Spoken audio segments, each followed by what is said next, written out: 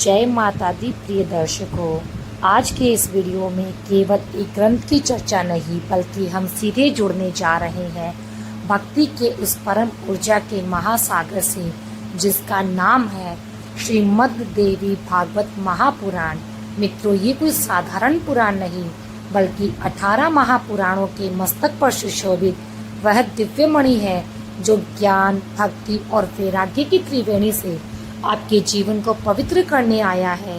ये केवल शब्दों का संग्रह नहीं अपितु स्वयं आदि शक्ति जगदम्बा का साक्षात वांग्मय स्वरूप है। इस ग्रंथ का एक एक अक्षर एक मंत्र है। इसकी हर कथा ब्रह्मांड के गुढ़ रहस्यों को उजागर करती है। इसका इस नवरात्रि श्रवण मात्र करने से आपके भीतर सोई हुई शक्तियाँ उजागर होती है। तो आइए हमारे साथ इस अद्भुत आध्यात्मिक यात्रा पर चलते हैं और डुबकी लगाते हैं उस ज्ञान की गंगा में जो आपके हर दुख, हर कष्ट, हर पाप को धोकर आपको आत्मिक शांति और सफलता का वरदान देगी। तो मित्रों, तैयार हो जाइए उस महाशक्ति की महिमा को जानने के लिए जिससे ये संपूर्ण सृष्टि संचालित है। जो कोई भी मनुष्य केवल इसका श्रवण कर लेता है तो वह अपने समस्त पापों से मुक्त हो जाता है। ये पुराण केवल शारीरिक रोगों का नहीं अपितु मानसिक व्याधियों जैसे कि भय, चिंता और अवसाद का भी शमन करता है। इसके श्रवण मात्र से भूत प्रेत जैसी नकारात्मक शक्तियाँ, अशुभ विचार सदा के लिए नष्ट हो जाते हैं। जो कोई भी सौभाग्यशाली भक्त नवरात्रि के पावन पर्व में इस पुराण का श्रवण करता है उस पर देवी भगवती की असीम कृपा रहती है। माता उससे बहुत प्रसन्न होती है और उसके सौभाग्य के समस्त द्वार खुल जाते हैं। तो आइए हम सब मिलकर श्रीमद् देवी भागवत महापुराण के अमृतमय ज्ञान के बारे में जानें। भगवती की उपासना का इतिहास अत्यंत प्राचीन है। भारत में देवी पूजा की परंपरा तो वैदिक काल से चली आ रही है। शक्ति या देवी की आराधना इस भूमि की आत्मा में बस चुकी है। वेदों में 40 से भी अधिक देवियों का नाम का उल्लेख मिलता है जो इस बात को प्रमाणित करता है कि वैदिक ऋषि भी शक्ति तत्व की महत्ता से भली भांति परिचित थे। वेदों में हमें देवी की स्तुति के अनेक सूक्त प्राप्त होते हैं जैसे कि श्री सूक्त, दुर्गा सूक्त और सरस्वती सूक्त जो पूरी तरह से देवी अथवा शक्ति को ही समर्पित है। उपनिषदों में परम तत्व की उपासना स्त्री रूप में वर्णित है। प्यारे मित्रों, उपनिषदों में स्पष्ट कहा गया है कि पर ब्रह्मा या परमात्मा का कोई लैंगिक भेद नहीं। वह ना तो स्त्री है, ना पुरुष है और ना ही नपुंसक। साधक अपनी इच्छा और भाव के अनुसार ईश्वर की उपासना स्त्री के रूप में, पुरुष के रूप में अथवा निराकार रूप में भी कर सकता है। इसी कारण सनातन धर्म में सूर्य, गणपति, अंबिका, शिव और विष्णु इन पंच देवों की उपासना का विधान है जिसमें देवी का स्थान अत्यंत महत्वपूर्ण है। भक्तों, परम ब्रह्मा एक ही है प्रकार का, किंतु ज्ञानी जन उसी एक तत्व को शिव, विष्णु, काली, दुर्गा, गणपति आदि अनेक नामों से पुकारते हैं। ऋग्वेद में कहा गया है कि सत्य एक ही है, विद्वान उसे विभिन्न नामों से जानते हैं। हमारे शास्त्र ग्रंथ बार बार यही कहते हैं कि विभिन्न देवी देवताओं में किसी भी प्रकार का भेद नहीं मानना चाहिए। जिसे हम ब्रह्मा कहते हैं वे हरि है और जो हरि है वही महेश्वर है। जिसे हम काली कहते हैं वही कृष्ण है और वही राम है। देवताओं और देवियों में कोई अंतर नहीं। ये संपूर्ण जगत शिव शक्तिमय है। शास्त्रों में वर्णित है कि शिव, दुर्गा, विष्णु आदि देवताओं में एकता का विश्वास रखना चाहिए। जो कोई भी इनमें भेद या अंतर करता है वह मूर्ख व्यक्ति घोर नरक को जाता है। देवी भागवत में कहा गया है कि शाश्वत सुख और शांति उसी को प्राप्त होती है जो देवताओं के भक्तों में कोई अंतर नहीं जानता। देवी उपासना को दर्शाने वाला विशाल साहित्य संस्कृत भाषा में लिखा गया है। तंत्र शास्त्र के हजारों ग्रंथ देवी के स्वरूप के रहस्य और महत्व को जानते हैं। श्रीमद् देवी भागवत जो भगवती भागवत के नाम से प्रसिद्ध पुराण है, इसमें भी देवी की महिमा को, कथा को आख्यान रूप से प्रस्तुत किया गया है। देवी भागवत का रहस्य केवल भक्ति के द्वारा ही समझा जा सकता है। प्रत्येक व्यक्ति की योग्यता, इच्छा और रुचि के आधार पर भक्ति अलग हो सकती है, किंतु ईश्वर की उपासना का लक्ष्य जो कि ईश्वर ज्ञान या ईश्वर प्राप्ति है, वह संपूर्ण विश्व के लिए एक ही है। ये संपूर्ण जगत दुर्गा का ही स्वरूप है। वह एकमात्र अद्वैत तत्व है। सर्वव्यापिनी देवी उमा का एक सुंदर वर्णन इस प्रकार से किया गया है। जब हम ध्यान और चिंतन करते हुए पुष्प चंदन आदि उपचारों से उनका पूजन करते हैं तो हम उनसे मिलते हैं।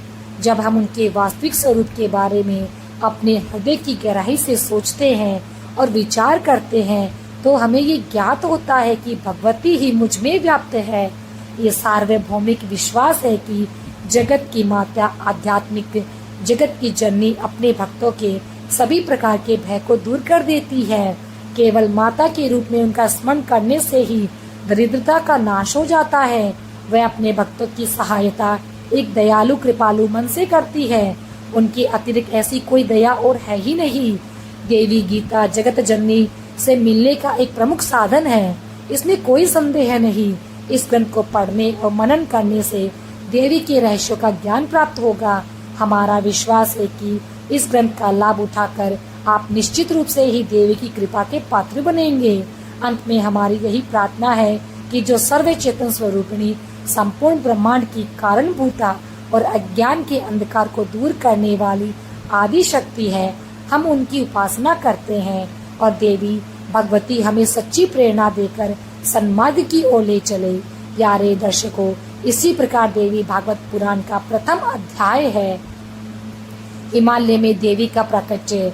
मित्रों, एक बार राजा अजन्मेर ने कहा कि वेद व्यास जी, आपने पूर्व में बताया कि पर्वतराज हिमालय के शिखर पर भगवती की एक अत्यंत तेजोमय मूर्ति प्रकट हुई थी। हे भगवान, कृपया उस कथा को कहिए। कौन बुद्धिमान पुरुष भगवती की कथा रूपी अमृत ज्ञान का पान करने से विमुख हो सकता है? जो शक्ति कथा का श्रवण करते हैं उनकी मृत्यु कभी अकाल नहीं होती है। श्री वेदव्यास जी ने कहा, हे राजन, तुम्हारी देवी के प्रति सच्ची और निष्ठापूर्ण भक्ति है, इसलिए तुम धन्य हो और भाग्यशाली हो।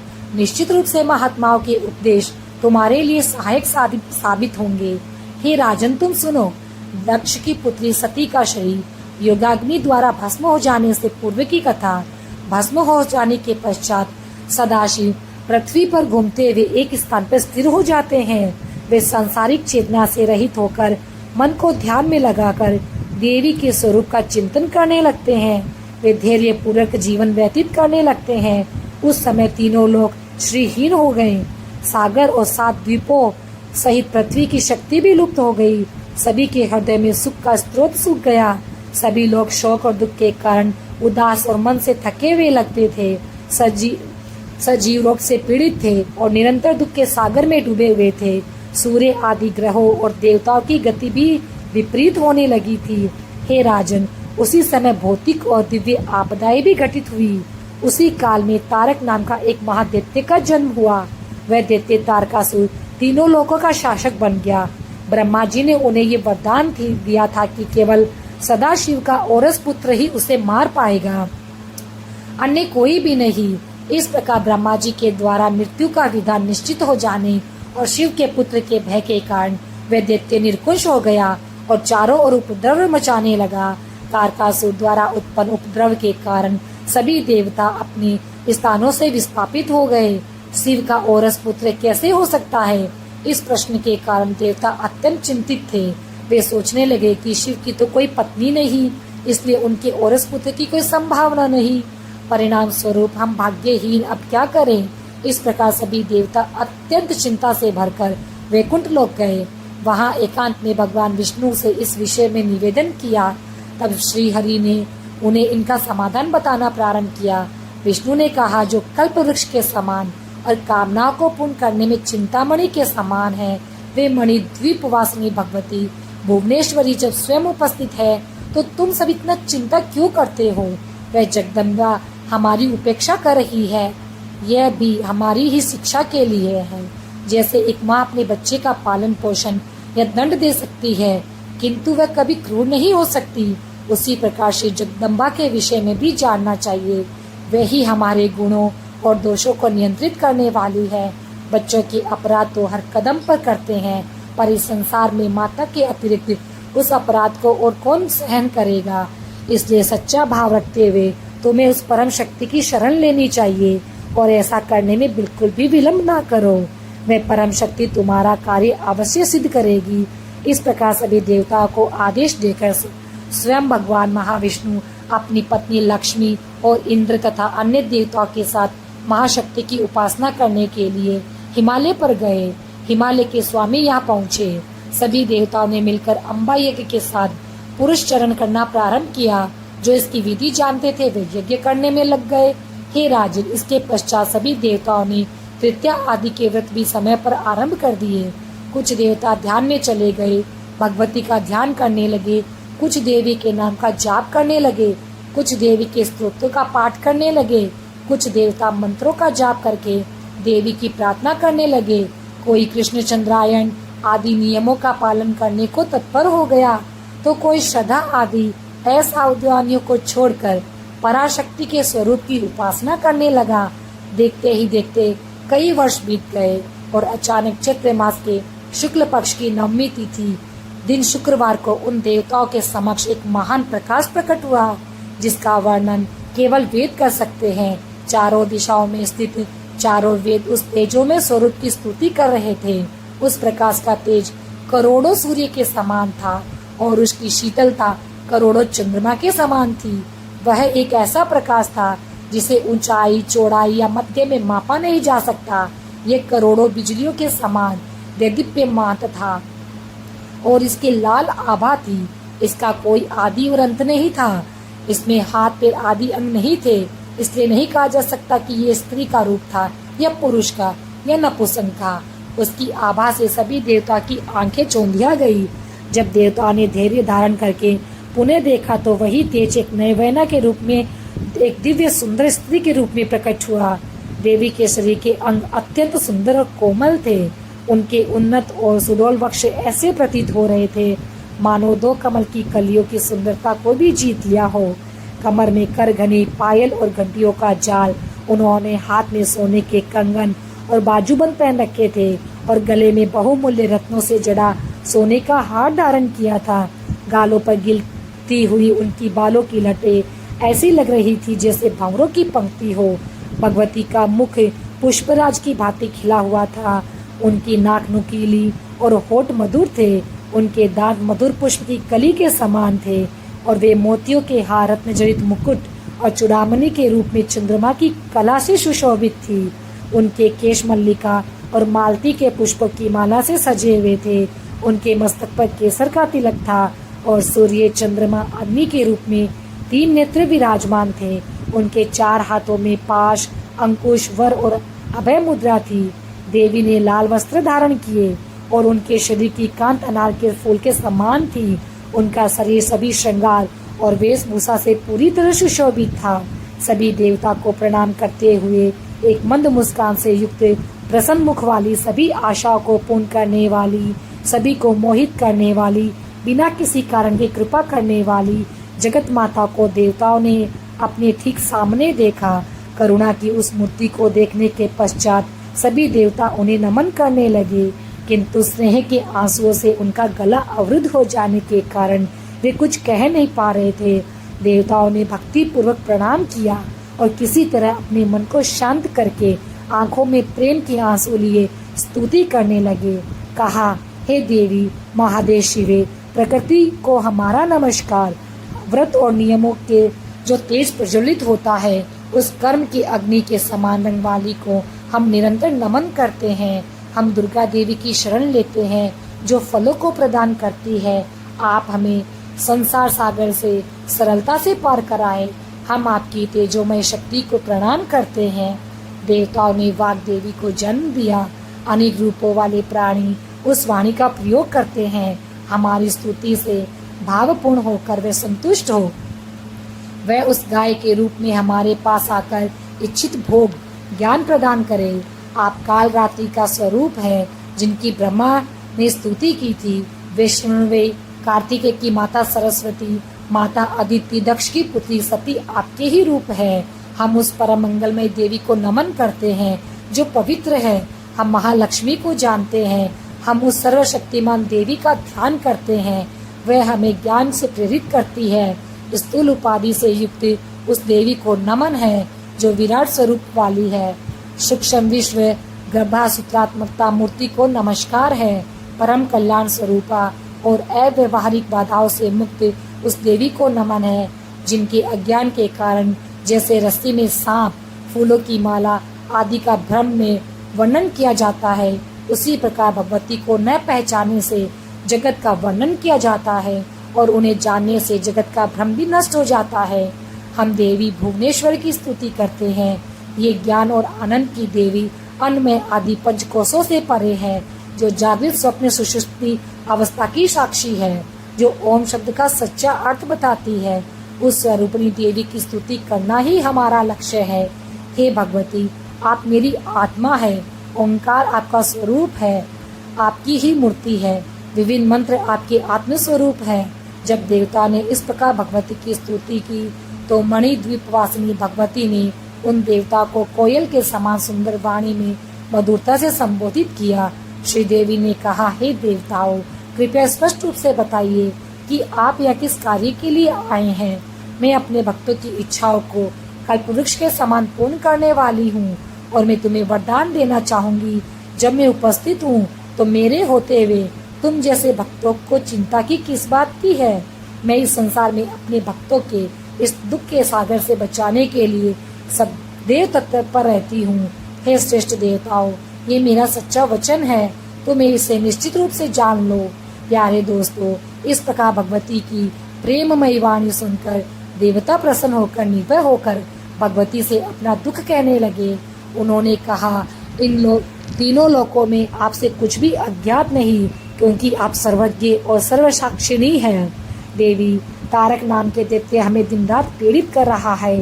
हे शिवे, ब्रह्मा जी ने ये विधान किया है कि वह भगवान शिव के औरस पुत्र के द्वारा ही मारा जाएगा।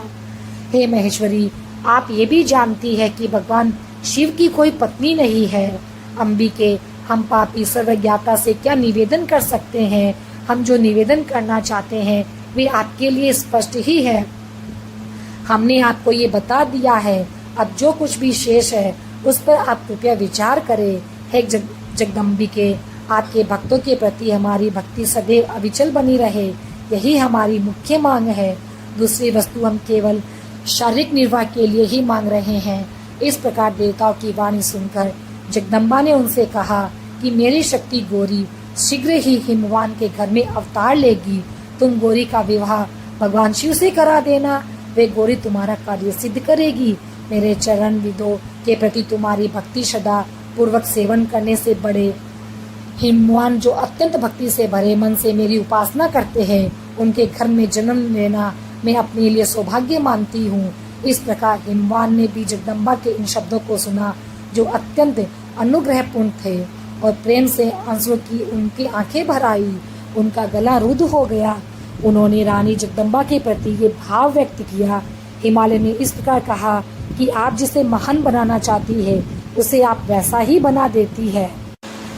यदि ऐसा ना होता तो मैं जड़ और अचल स्वरूप कहाँ और आप सच्चिदानंद स्वरूपणी कहाँ। आप निर्दोष ब्रह्मा स्वरूपणी है। 100 जन्मों के अश्वमेध आदि के पुण्यों या ध्यान के परिणाम स्वरूप मिलने वाले पुण्यों से भी आपका पिता बनना मेरे लिए असंभव है।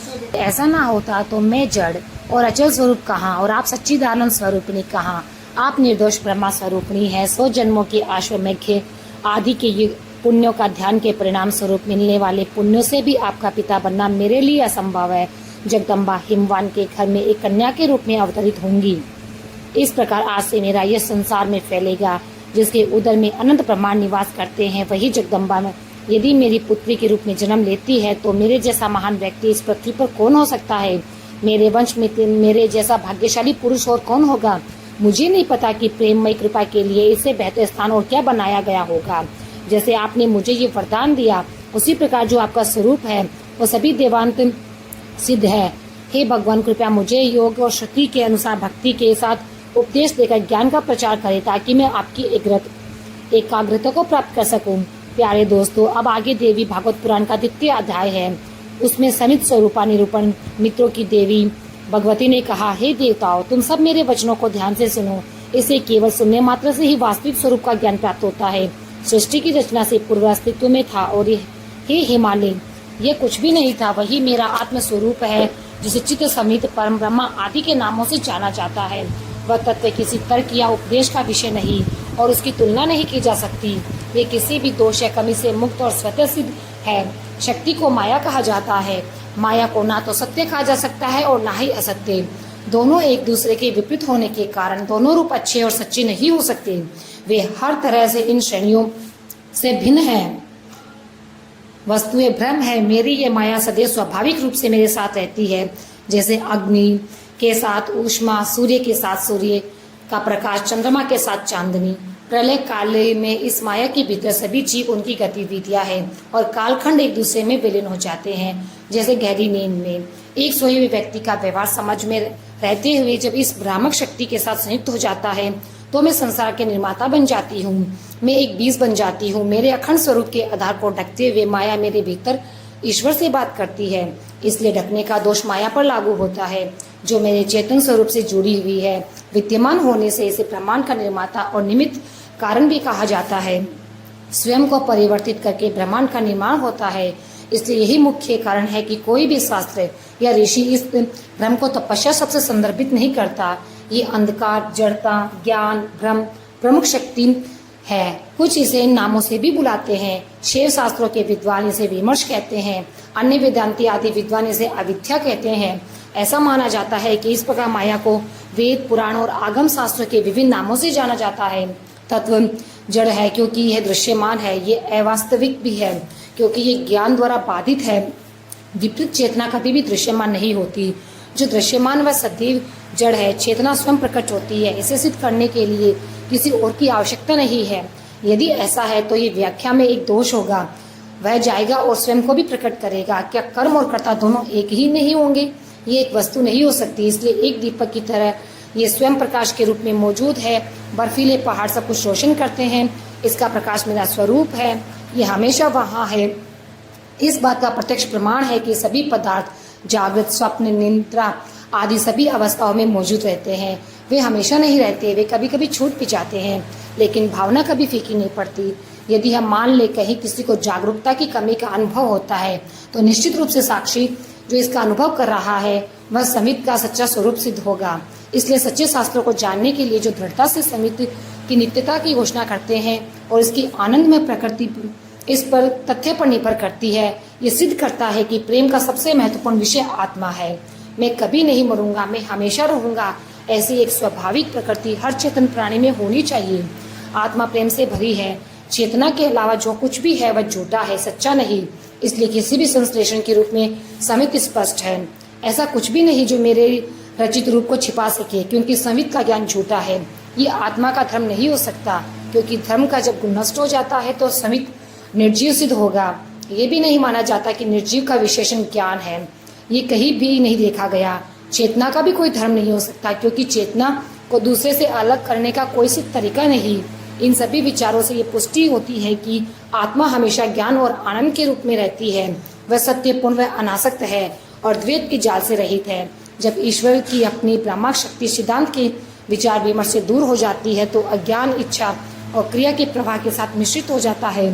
तब ईश्वर संसार की रचना करने की इच्छा वाला बन जाता है। इसके पीछे पिछली सृष्टि के प्राणी है। उस समय अर्जित संस्कारों की परिपक्वता और किए गए कर्म सहायक कारण बन जाते हैं। हे हिमवान, ये पूरी रचना स्वाभाविक रूप से होती है, बिना किसी विचार की आवश्यकता के। ये मेरा अलौकिक स्वरूप है, सृष्टि का आदिम तत्व जो माया के भिन्न होकर अव्यक्त है। सभी शास्त्रों में इसे अव्यक्त नाम से बताया गया है।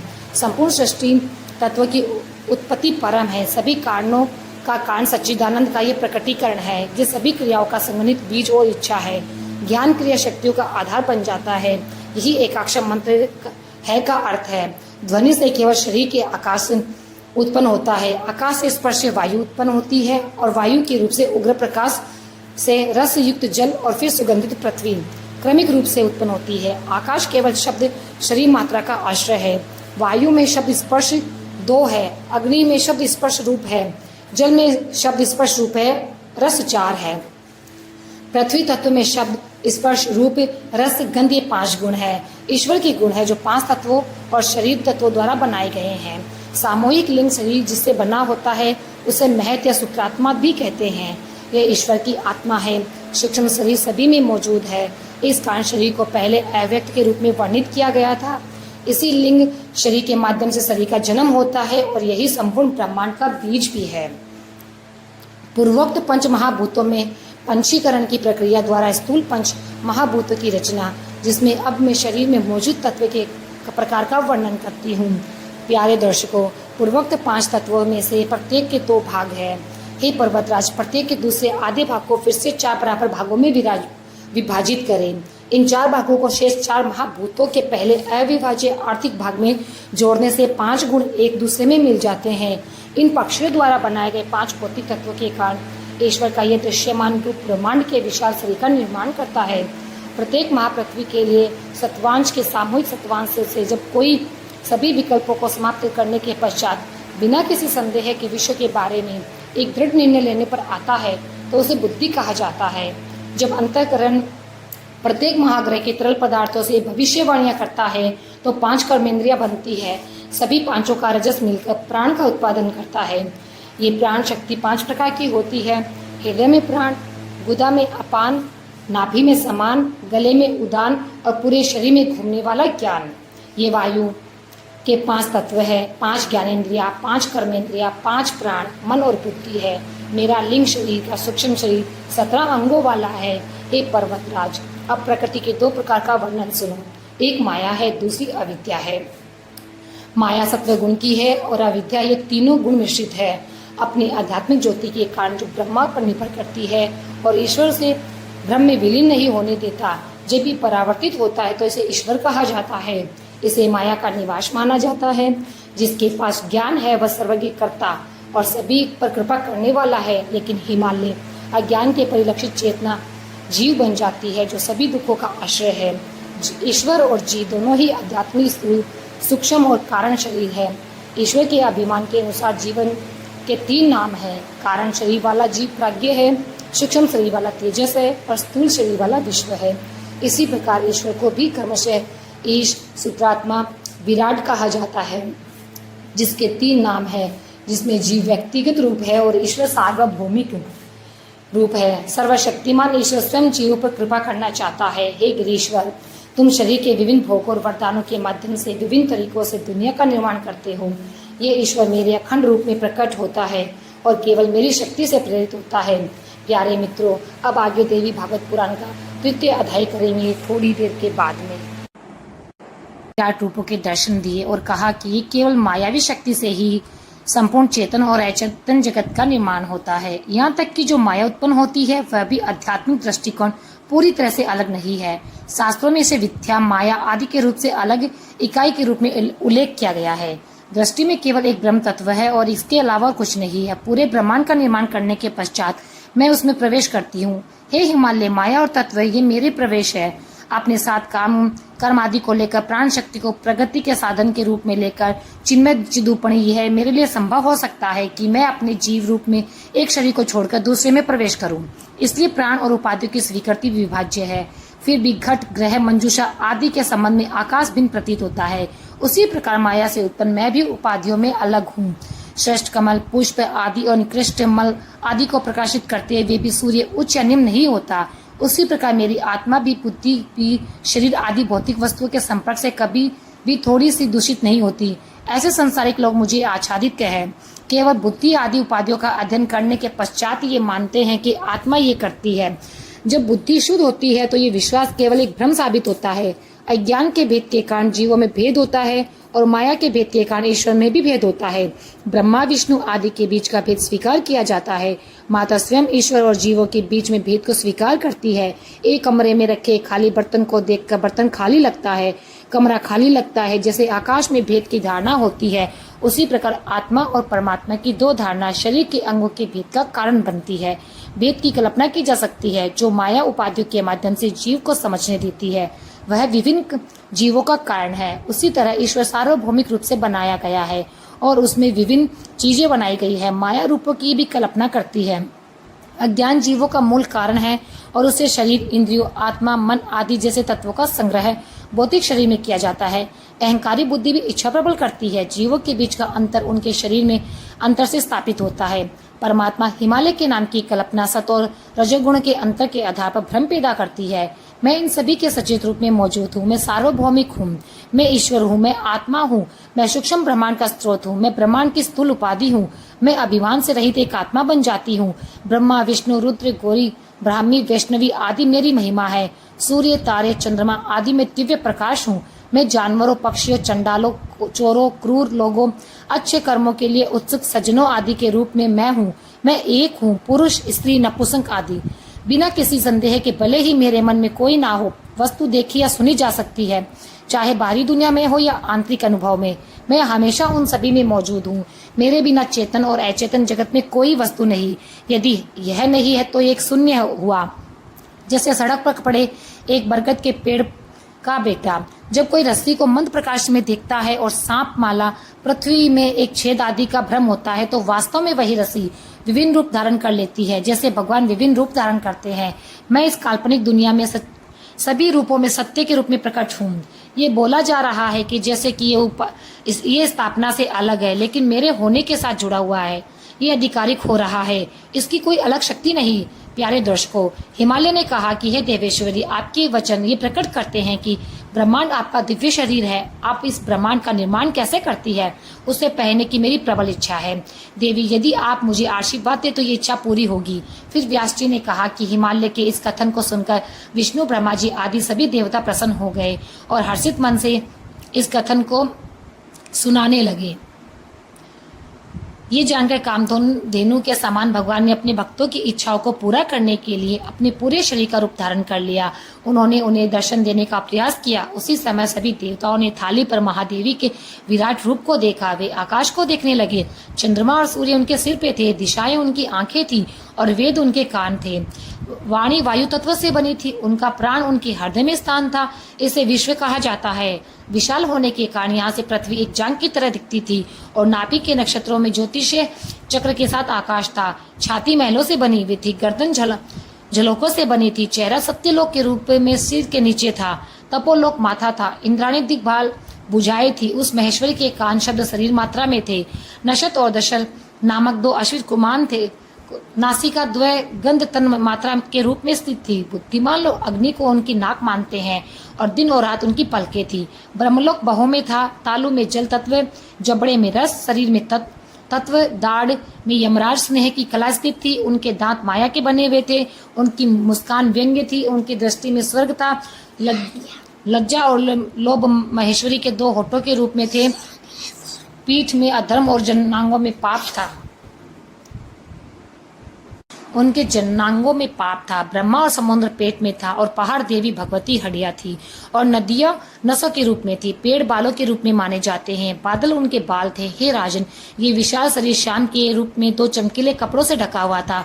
उनकी भटकती गति में कौमार, यौवन, वृद्धावस्था, तीन अवस्थाओं में जगदम्बा का मन परिलक्षित हो रहा था। चंद्रमा कहाँ गया? उसकी बुद्धि विष्णु है और अहंकार उसकी कमर के क्षेत्र में रुद्र है। कमर के नीचे के हिस्से में ऐश्वर्य स्थित था। पाताल लोक के लोग जैसे अतल, सुतल आदि स्थित थे। इस प्रकार का महत् रूप उस महापुरुष ने देखा तो जो हजारों ज्वालाओं की मालाओं से घिरा हुआ था, जो अपनी लाल जीभ से सभी दिशाओं को छाट रही थी, जिसके दांत पीसने से भयानक घुरघुराहट की आवाज आ रही थी, जिसकी आंखों से आग उबल रही थी और जो विभिन्न प्रकार के हथियारों से सुशोभित था। वह एक योद्धे की तरह था और जो दुनिया के भौतिक और शारीरिक शक्तियों के प्राण को पराजित कर रहा था। वह हजार से हजार आंखें, हजार पैरों वाला विराट रूप करोड़ों सूर्य और करोड़ों बिजली की रोशनी से भरा हुआ था। देखने वालों की आंखों में और हृदय में आतंक था। विशाल घर और उसके भयानक रूप को देखकर देवता अपने दिलों में भय से चिल्लाने लगे। वे कांपने लगे और अपनी स्मृति खो देने के कारण वे ये नहीं पहचान सके कि ये जगदम्बा थी। हे राजन प्यारे मित्रों, इतना कहकर देवी भगवती इस विशाल रूप में प्रकट हो रही थी। अंत वह एक गहरी बेहोशी में चली गई। दूसरी में उनके चारों ओर से चार वेद देहधारी होकर एक समाधि में देवताओं को जगाया। श्रेष्ठ श्रुति की चेतना समझने के माध्यम से होश में आई देवता जगदम्बा की कृपा और महिमा से द्रवित हो गए और उनके प्रति प्रेम और भक्ति से भर गए। उनकी आंखें और गला अवरुद्ध हो गया। फिर भी उन्होंने साहस जुटाया और महादेवी से प्रार्थना की। देवताओं ने प्रार्थना करके ये कहा कि महामाया, कृपा हमारे पापों को क्षमा कर दीजिए। हम गरीब हैं लेकिन आपके बच्चे हैं, इसलिए कृपा हमारी रक्षा करें। हे देवताओं की रानी, कृपया अपना क्रोध शांत करें। हम आपके भयंकर रूप को देखकर डर रहे हैं। यदि हम अपनी स्तुति को से आपको प्रसन्न करना चाहते हैं, हम ऐसा करने में असमर्थ है। ब्रह्मांड के देवता आपकी स्तुति उचित तरीके से कैसे कर सकते हैं? यदि आपके निकट के प्राचीन ऋषि भी आपकी शक्ति को समझने में सक्षम नहीं है, तो इस श्रेणी में उत्पन्न आधुनिक समय हमारे समझने का विषय कैसे हो सकता है? भुवनेश्वरी सच्चिदानंद ब्रह्मा तत्व है जो संपूर्ण वेदांत दर्शन द्वारा सिद्ध है। ओंकार और अहंकार आपके शब्द दो अभिव्यक्तियां है। हम आपको बार बार नमस्कार करते हैं। अग्नि, सूर्य, चंद्रमा ये तीनों प्रकाश जिससे प्रकट होते हैं, जिसे सभी वनस्पति आदि उत्पन्न होती है, उस सार्वभौमिक कारण से जिसे देवता, मनुष्य, पशु और पक्षी जन्म लेते हैं, उस सबको नमस्कार है। प्राण, अपान आदि जीवन देने वाले वायु विशेष, गेहूं, जौ आदि खाद्य पदार्थ, तपस्या, श्रद्धा, रथ, ब्रह्मचर्य आदि धर्म और नियम, ये सब जिनकी ओर मैं बार बार झुकने के लिए प्रवृत्त हूँ, उस ब्रह्मा स्वरूपनी को प्रणाम है। प्राण अग्नि में के 7 शिखर, 7 ईंधनों को लेकर किए गए 7 आहुतियां, इंद्रिया, मन, बुद्धि और उनके विषय से सिद्ध होते हैं। आपको मेरा नमन है। परम आत्मन सभी 7 लोकों का मूल कारण, जिसके कारण समुद्र, पर्वत, नदियां लोकप्रिय हैं, जिसके कारण शरीर को पोषण देने वाले अनाज और रस उत्पन्न होते हैं, बार बार नमस्कार करता हूँ। यज्ञ से अंगभूत दीक्षा योग दक्षिणा थे, उससे परम को नमस्कार है, जिसे ऋग, यजु, साम मंत्र द्वारा बनाया गया है। हे ब्रह्मांड की माँ, हमारे सामने, पीछे, दाएं बाएं, ऊपर नीचे चारों दिशाओं में आपको हमारा नमस्कार है। सुरेश्वरी, हमें अपने इस अलौकिक विराट रूप को समाप्त करके पहले की तरह अपने अत्यंत सुंदर अम्बा के रूप में आ जाइए। प्यारे मित्रों, व्यास जी ने कहा, इस प्रकार भयभीत देवताओं को देखकर करुणा के सागर जगदम्बा ने अपना भयंकर रूप वापस ले लिया और अपना सुंदर स्वरूप प्रकट किया, जो चारों ओर से कोमल था और 4 हाथों में पाश, अंकुश और अभय मुद्राएं थी। लंबी आंखें करुणा से भरी हुई थी, चेहरा कोमल था, उस सुंदर चेहरे पर एक कोमल मुस्कान थी। उसे देखकर सभी देवता निर्भय और शांत हो गए। उन्होंने भगवती को प्रणाम किया और हर्षित स्वर में उनकी जय जयकार करने लगे। मित्रों, देवी भागवत पुराण का 4th अध्याय है, ज्ञान का मार्ग। श्री देवी ने कहा, मेरा महान अद्भुत रूप और कहा तुम्हारा कमजोर भाग्य, फिर भी तुम्हारे प्रति मेरे स्नेह के कारण मैंने तुम्हें ये रूप दिखाया है। मेरी कृपा के बिना इस विशालता को किसी अन्य साधन से देखना संभव नहीं है, ना तो वेदों के अध्ययन से, ना ही योग के अभ्यास से, ना ही दान, तपस्या, पूजा के प्रभाव से। हे पर्वतराज, मुख्य संदर्भ से सुनो, मैं तुम्हें विषय बताऊंगी। जीव शरीर प्राप्त करते हैं और दुनिया के सुखों में तल्लीन रहते हैं। वे सुख आत्मा की प्रकृति के होते हैं। संस्कार के कारण प्रवृत्ति और निवृत्ति के रूप में कर्म पुण्यमय होते हैं और उनके परिणाम स्वरूप शरीर फिर से बनता है।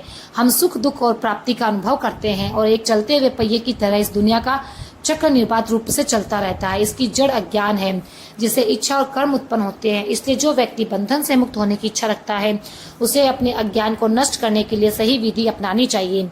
मानव जन्म की सफलता मानव प्रयासों की पूर्ति और मुक्ति से है। ये बोध भी इसी से होता है कि न केवल ज्ञान में और अज्ञान को नष्ट करने की संभावना और क्षमता है। हिमालय में अज्ञान को नष्ट करने के लिए कर्म और पूजा की कोई संभावना नहीं, क्योंकि वे अज्ञान को नष्ट हो जाते हैं। विरोधी नहीं, बल्कि विपरीत वे अज्ञान के पोषक है। विनाश का मौलिक कार्य हर शरीर में अपरिहार्य है। कर्म के कारण लगाव, क्रोध, लालच आदि और घृणा होती है और महान विनाश की परंपरा उनसे जारी रहती है। इसलिए साधक ज्ञान प्राप्त करने के लिए अपनी पूरी कोशिश करता है। कर्म भी आवश्यक है, क्योंकि शास्त्रों में एक निर्धारित धर्म भी है। ये निर्धारित किया गया है कि व्यक्ति को काम करके अपनी आजीविका कमानी चाहिए, लेकिन व्यक्ति केवल के ज्ञान से मोक्ष प्राप्त कर सकता है। कहा जाता है कि ऐसा इसलिए ज्ञान के साथ साथ इसका सहायक कर्म भी मुक्ति का एक साधन है। ये माना जाना चाहिए कि ऐसा विद्वान अपनी राय कहेगा। ये सही नहीं है, क्योंकि ज्ञान और कर्म के बीच में एक संघर्ष है। कर्म हृदय की ग्रंथि को छूता है, उस ग्रंथि को मजबूत करता है, उसे भेदता है। जैसे प्रकाश और अंधकार एक ही स्थान पर संभव नहीं, उसी प्रकार धर्म, कर्म और ज्ञान की स्थिति है। हे विशाल बुद्धि, सभी हिमालय शास्त्री कर्म मन की शुद्धि के लिए हैं, इसलिए उन्हें प्रयास से करो। हमें अपने मन को नियंत्रित करने, अपनी इंद्रियों को संयमित करने, बिना किसी विलाप के अपने दुखों को सहन करने की आवश्यकता है। एक शुद्ध मन में लक्षण, धैर्य और कामुक सुखों से वैराग्य है। कर्म प्राप्ति उपयोगी है, इसके बाद नहीं। केवल मन की शुद्धि पूर्ण होने के बाद ही त्रिगुणातीत होने के लिए संन्यास का व्रत ले और आत्मनिष्ठ श्रोता ब्रह्मनिष्ठ गुरु के पास जाए। व्यक्ति को शुद्ध भक्ति के साथ उनकी शरण में जाना चाहिए और बिना किसी लापरवाही के उनकी सेवा करनी चाहिए। इस काव्य का अर्थ वेदांत को प्रतिदिन पूरे विचार के साथ सुने। तत्वमसी महाकाव्य से आत्मा और परम्परा की एकता का प्रामाणिक बोध होता है। इस बोध से साधक द्वैत से, भय से मुक्त हो जाता है, मेरे सच्चिदानंद स्वरूप को प्राप्त करता है। तत्वमयी वाक्य में 3 शब्द है जिसमें से तत्व शब्द का अर्थ है मैं ईश्वर हूँ, त्वम शब्द जीव का बोध कराता है। दोनों की एकता विद्वानों द्वारा 80 पद के माध्यम से प्रतिपादित की जाती है। क्योंकि पदों के शब्दों में विरोधाभास है, इसलिए दोनों की एकता को स्वीकार करना संभव नहीं है। इसके लिए श्रुति के उन पदों का इच्छित अर्थ दोनों पदों में इच्छित अर्थ के रूप में लिया जाता है।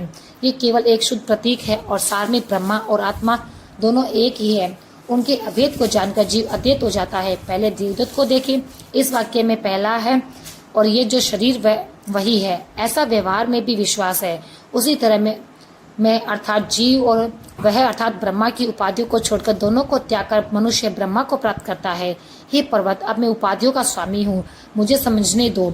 ये दृश्यमान मानव शरीर अत्यंत शक्तिशाली है, क्योंकि ये 5 महाभूतों से बना है। सुख और दुख स्थूल है और हमारे अनुभव का आधार केवल रोग आती है। ये दुष्ट है, ये कर्म से बंधा है, ये दुष्यमान है, लेकिन जल्द ही नष्ट हो जाता है, इसलिए झूठा है। माया के प्रभाव में होने के कारण ये मेरी आत्मा के स्पष्ट सत्य बन रहा है। रूप में स्थूल गुण, 5 ज्ञानेन्द्रिया, 5 कर्मेंद्रिया और 5 प्राण है। इन तत्वों में मन और बुद्धि का संग्रह राशि द्वारा सूक्ष्म शरीर कहा गया है। ये अखंड है और सुख और दुख का कारण बनता है। ये आत्मा की सूक्ष्म विशेषता है। हे पर्वत, ज्ञान जो आत्मा की वास्तविक प्रकृति का विस्मरण है, शाश्वत है और समझाया नहीं जा सकता। माया में आत्मा का तीसरा कारण गुण है। 3 गुण ज्ञान के माध्यम से विलीन हो जाते हैं। जब मैं अस्तित्व में हूँ, मैं केवल अपने आत्म स्वरूप के प्रति सचेत रहती हूँ। स्थूल और सूक्ष्म कारण शरीरों के बावजूद ये भी माना गया है कि आत्मा 5 कोशों से ढकी हुई है। श्रुति में 5 कोशों का निषेध है। पंचकोश के रूप में ब्रह्मा का अनुभव नेति आदि कहकर अधिष्ठान जो होता है वह मेरा वास्तविक रूप है। ये ब्रह्मा रूप आत्मा ना तो जन्म लेती है और ना मरती है। ऐसा नहीं है कि कुछ बनने के बाद ही अस्तित्व में आता है। ये आत्मा पहले भी अस्तित्व में थी। अजन्मा शाश्वत परिणामहीन ये शरीर के विघटन पर विघटित नहीं होती है।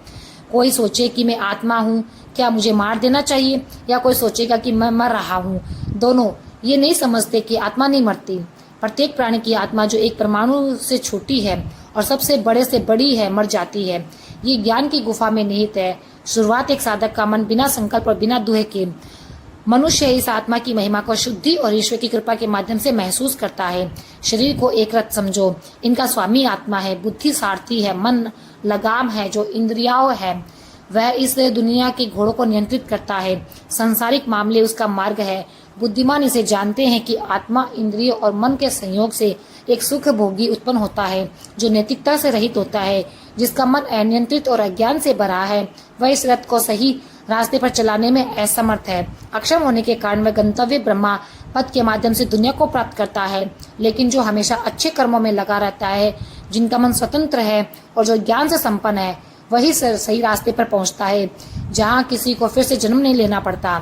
जिसका सारथी ज्ञानी बुद्धि है, वह केवल साधना के सीमा को पार करके के बाद ही मनुष्य ने अपने मन की लगाम को दृढ़ता से पकड़ लिया है। वह उस सर्वोच्च पद पर पहुंचता है जो मेरा ही स्वरूप है। इस प्रकार शब्दों और अपने स्वयं के तर्कों का उपयोग करके व्यक्ति अपनी वास्तविक प्रकृति का निर्णय ले और निध्यासन के ध्यान करके मेरे स्वयं को जाने। पहले रूप का ध्यान करे और सफलता के लिए मंत्र जाप और देवी प्रणाम का पाठ करे। इस अभ्यास को करने के बाद अपने स्वयं के भौतिक शरीर में इस शब्द के 3 अक्षरों की कल्पना करें।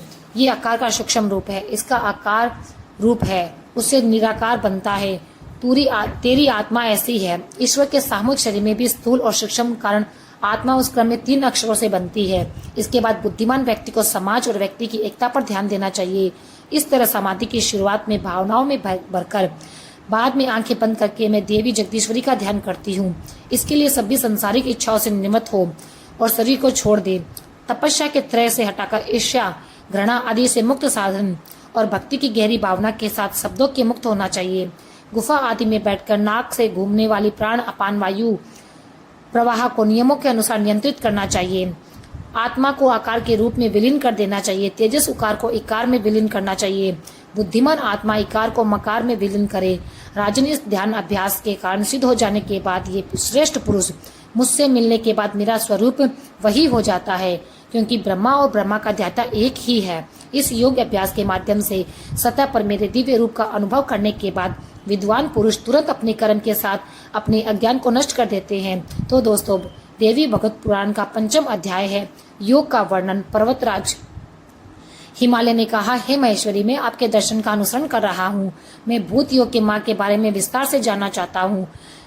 तो मुझे बताइए। कृपया इस युग का उपदेश देने के लिए दयालु बने, जो दृष्टि प्रदान करता है। श्री देवी ने कहा, ये योग नहीं है, ना तो ये आपको स्वर्ग ले जाता है और ना ये सिद्धियों के माध्यम से संसारिक समृद्धि लाता है। पाताल लोक में गिरने की प्रक्रिया भी योग्य नहीं है।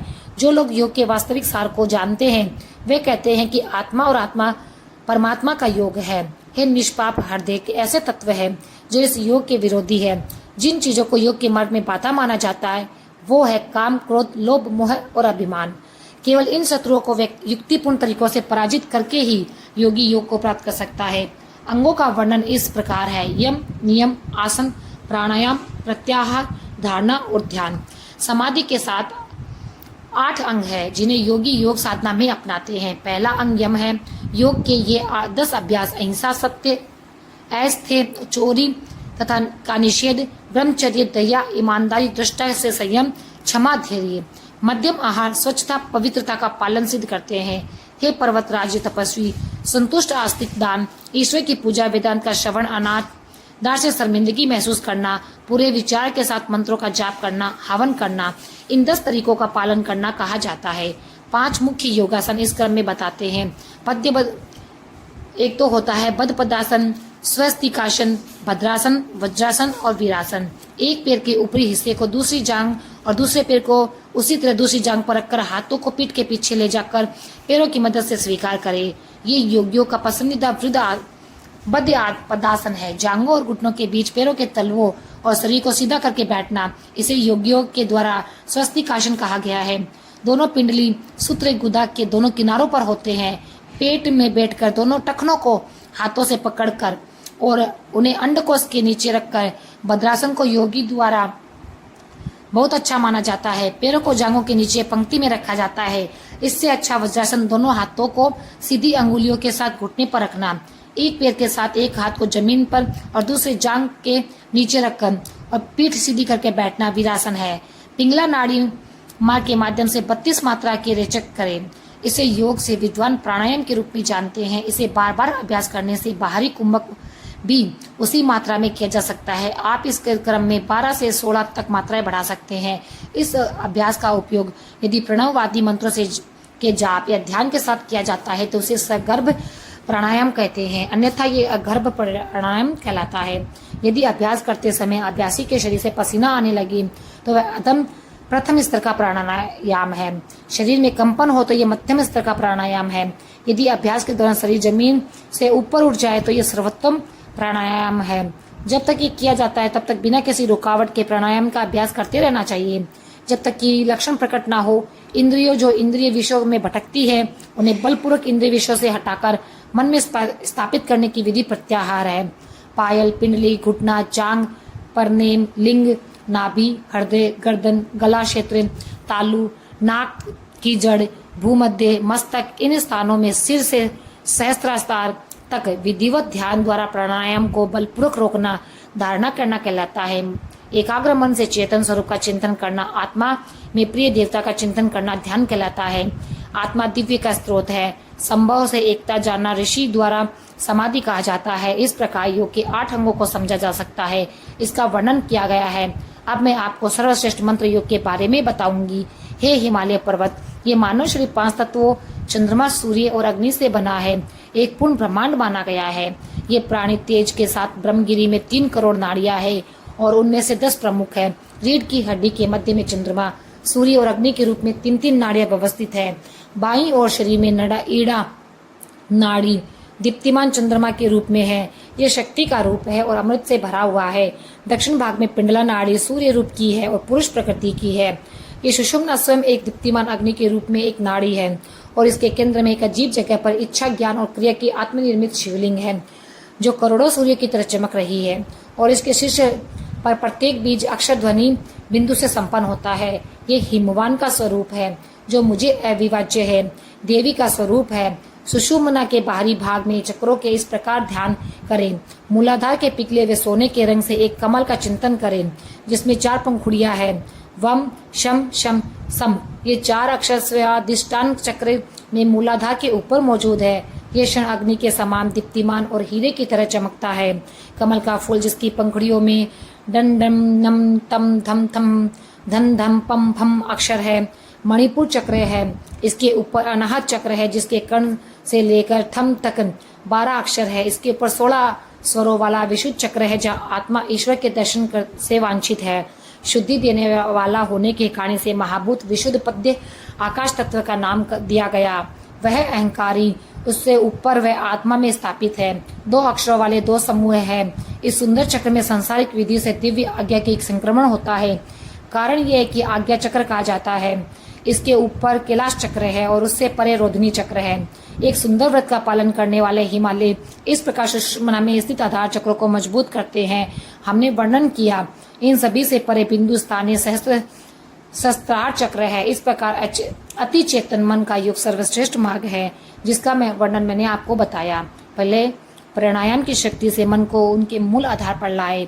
गुदा और लिंग के मध्य भाग में स्थित कुंडलिनी शक्ति को संकुचित करके इस विधि को स्थापित करें। शुरुआत से ही प्रबुद्ध मन में स्थित लिंगों को पार करते हुए इसे सहस्त्रार में बिंदु चक्र तक ले आए। शिव के साथ शरीर की चेतन शक्ति प्राप्त होती है। कुंडलिनी महामाया योग सिद्धि पर ध्यान करे। वह परम शक्ति जो शिव के साथ एकता प्रदान करती है, इसे पिघले हुए लाख के रस के समान अमृत प्राप्त होता है। उसी से सट चक्र देवताओं को भी संतुष्ट मिलती है। एक कुशल अभ्यासी पराशक्ति को उसी मार्ग से उचित तरीके से संतुष्ट कर सकता है। इसका प्रतिदिन अभ्यास करके आप निश्चित रूप से इसे मूलाधार में वापस ला सकते हैं। सभी पूर्वोक्त दूषित मंत्र भी सिद्धिदायक हो जाते हैं। इसके लिए वृद्धावस्था, मृत्यु आदि जैसे कष्टों और अन्य संसारिक समस्याओं से हम पर इनके प्रभाव का कोई दूसरा उपाय नहीं है। साधक मुझ में जगत की माँ में मौजूद दिव्य गुणों के बंधनों से मुक्त हो जाता है। इसी तरह वे गुण उस महान साधक में भी प्रकट होने लगते हैं। हे प्रिय शिष्य हिमवान, मैंने तुम्हें वायु धारण की सर्वोत्तम विधि बताई। अब मैं धारणा नामक योग का वर्णन करूंगी। ध्यान से सुनो। मन को देवी रूप, स्थान, समय और वस्तु की 3 प्रकार की सीमाओं में रहित अपनाकर ये साधक जल्दी ही ब्रह्मलोक का अनुभव में लीन हो जाते हैं। यदि मन में अशुद्धि के कारण इसमें देरी होती है तो योगी मेरे रूपों को अंगों के साथ लेकर योग का अभ्यास करे। हे पर्वतराज, हाथ और पैरों के साथ अपने मन को मेरे सुंदर रूप में एकाग्र करो। मंत्र का जाप करते हुए साधक शरीर के प्रत्येक अंग पर चिंतन करने में तल्लीन हो जाता है और मन शुद्ध हो जाता है, लेकिन ये अपने पूर्ण रूप से स्थापित हो जाता है। हे हिमालय, जब तक ये संवित के रूप में देवता में स्थापित नहीं हो जाता तब तक मन अविशोषित नहीं हो पाता है। जैसे अंगों के साथ इष्ट मंत्र का जाप करते रहना चाहिए। अभ्यास की शक्ति से पदार्थ के ज्ञान का प्रकाश दिखाई देता है। योग के अभ्यास के बिना मंत्र काम नहीं करता। योग मंत्रों के बिना पूरा नहीं हो सकता। दोनों का एक साथ अभ्यास किया जाना चाहिए। ब्रह्म ज्ञान एक अंधेरे में भरे हुए रखे को घड़े को रोशन करके प्राप्त होता है। इसी तरह माया से ढके आत्मा के रूप को केवल रोशन करने वाले मंत्रों के माध्यम से ही देखा जा सकता है। ये महसूस किया जाता है कि इस तरह मैंने यहाँ इसके भागों सहित पूरी योग विधि तुम्हें बता दी है। ये केवल गुरु के उपदेशों के माध्यम से ही जान जा सकती है। भले ही कोई करोड़ों शास्त्र पढ़ ले, लेकिन गुरु के उपदेश के बिना ये लागू नहीं है। प्यारे दोस्तों, देवी भगवत पुराण का 6वां अध्याय है कि ब्रह्मा, देवी और श्रीदेवी ने क्या कहा। तो ब्रह्म और श्रीदेवी ने कहा, हे पर्वतराज, इस प्रकार के योग में अभ्यास से अत्यंत सच्ची भक्ति के साथ लगा हुआ एक भक्त उचित आसन में बैठकर मेरे ब्रह्मांड स्वरूप पर ध्यान करना चाहिए, जो सर्वव्यापी महत्व का है। एक चेतन प्रकाश है जो मानव हृदय की गुहा में से प्रकट होता है। उसमें दुनिया के सभी जीवित और निर्जीव पदार्थ स्थापित है, जो सत्य, प्रकट और अवास्तविक है। ये एक प्राकृतिक से अधिक शक्तिशाली और परमाणु से अधिक सूक्ष्म है। ये जिसमें सभी लोक और उनके निवासी रहते हैं। जीव उस ब्रह्म में स्थापित है जिसे मेरे रूप में जाना चाहिए। वह अक्षर ब्रह्मा है। वह प्राण, वाणी, मन आदि है। वह अमृत जैसा प्रकट है। हे शिष्य, वह अकेले जानने योग्य है और उसे एक तीर से लक्ष्य भेदने की तरह भेदने की कोशिश करो। हे शिष्य, उपनिषद वाक्य का प्रणव मंत्र को पूजा के साथ एक धनुष के रूप में स्वीकार करो। अपनी तीक्ष्ण बुद्धि को महान बनाओ और उस तीर का उपयोग लक्ष्य, उस अक्षर का अर्थ खोजने के लिए करो। मन को एकाग्र करके रूप की धनुष डोरी को खींचो और छोड़ो और अक्षर ब्रह्मा लक्ष्य को प्राप्त करो, उसे भेदो। प्रणव धनुष है, बुद्धि बाण है, ब्रह्मा लक्ष्य है। बिना किसी लापरवाही के अनुसंधान और एकाग्रता का अभ्यास करो। जब लक्ष्य मिल जाता है ना, तो बाण उस पर केंद्रित रहता है। उसी तरह तुम्हें ब्रह्मा में लीन रहना चाहिए। वह तत्व जिसमें तुम पृथ्वी, अंतरिक्ष आदि का विस्तार डालते हो, जिसमें सभी प्राण, इंद्रियां और मन उस एक अखंड आत्मा से भरा हुआ है। सत्य को महसूस करो और अन्य वार्तालाप और अन्य सांसारिक व्यवहार को त्याग दो। ये अमृत है, ये तत्व को प्राप्त करने का एकमात्र साधन है। जैसे सभी आर्य नाभि चक्र के प्रति समर्पित है, सभी नाड़ियां उस हृदय में चेतना के माध्यम से केंद्रित है, चेतना उस हृदय में है। आत्मा कई तरीकों से व्यक्त होती है। ओम का जाप करके तुम साधक आत्मा पर ध्यान धरो। यदि तुम ऐसा करते रहोगे तो सभी अज्ञान और अंधकार दूर हो जाएंगे और तुम्हें हृदय के रूप में अच्छे स्वास्थ्य का आशीर्वाद मिलेगा। ब्रह्मपुर में दिव्य चेतना और अन्नमय प्राणायाम, मनोमय, ज्ञानमय आदि कोशों में स्थित आत्मा तत्व का बुद्धिमानी से अनुसंधान करने के बाद धैर्य के साथ पुरुष इसमें विज्ञान के माध्यम से इसे महसूस करता है और आनंद के अमृत का अनुभव करता है। परम ब्रह्मा तत्व का साक्षात्कार होने पर हृदय का अज्ञान दूर हो जाता है, सभी गांठें खुल जाती है, सभी संदेह दूर हो जाते हैं, सभी पिछले कर्म जो होते हैं वो क्षीण हो जाते हैं। वैज्ञानिक कोश में जो भी सोने की तरह प्रकाश से भरा है, संपूर्ण शुद्ध ब्रह्मा धूल से मुक्त हो जाता है।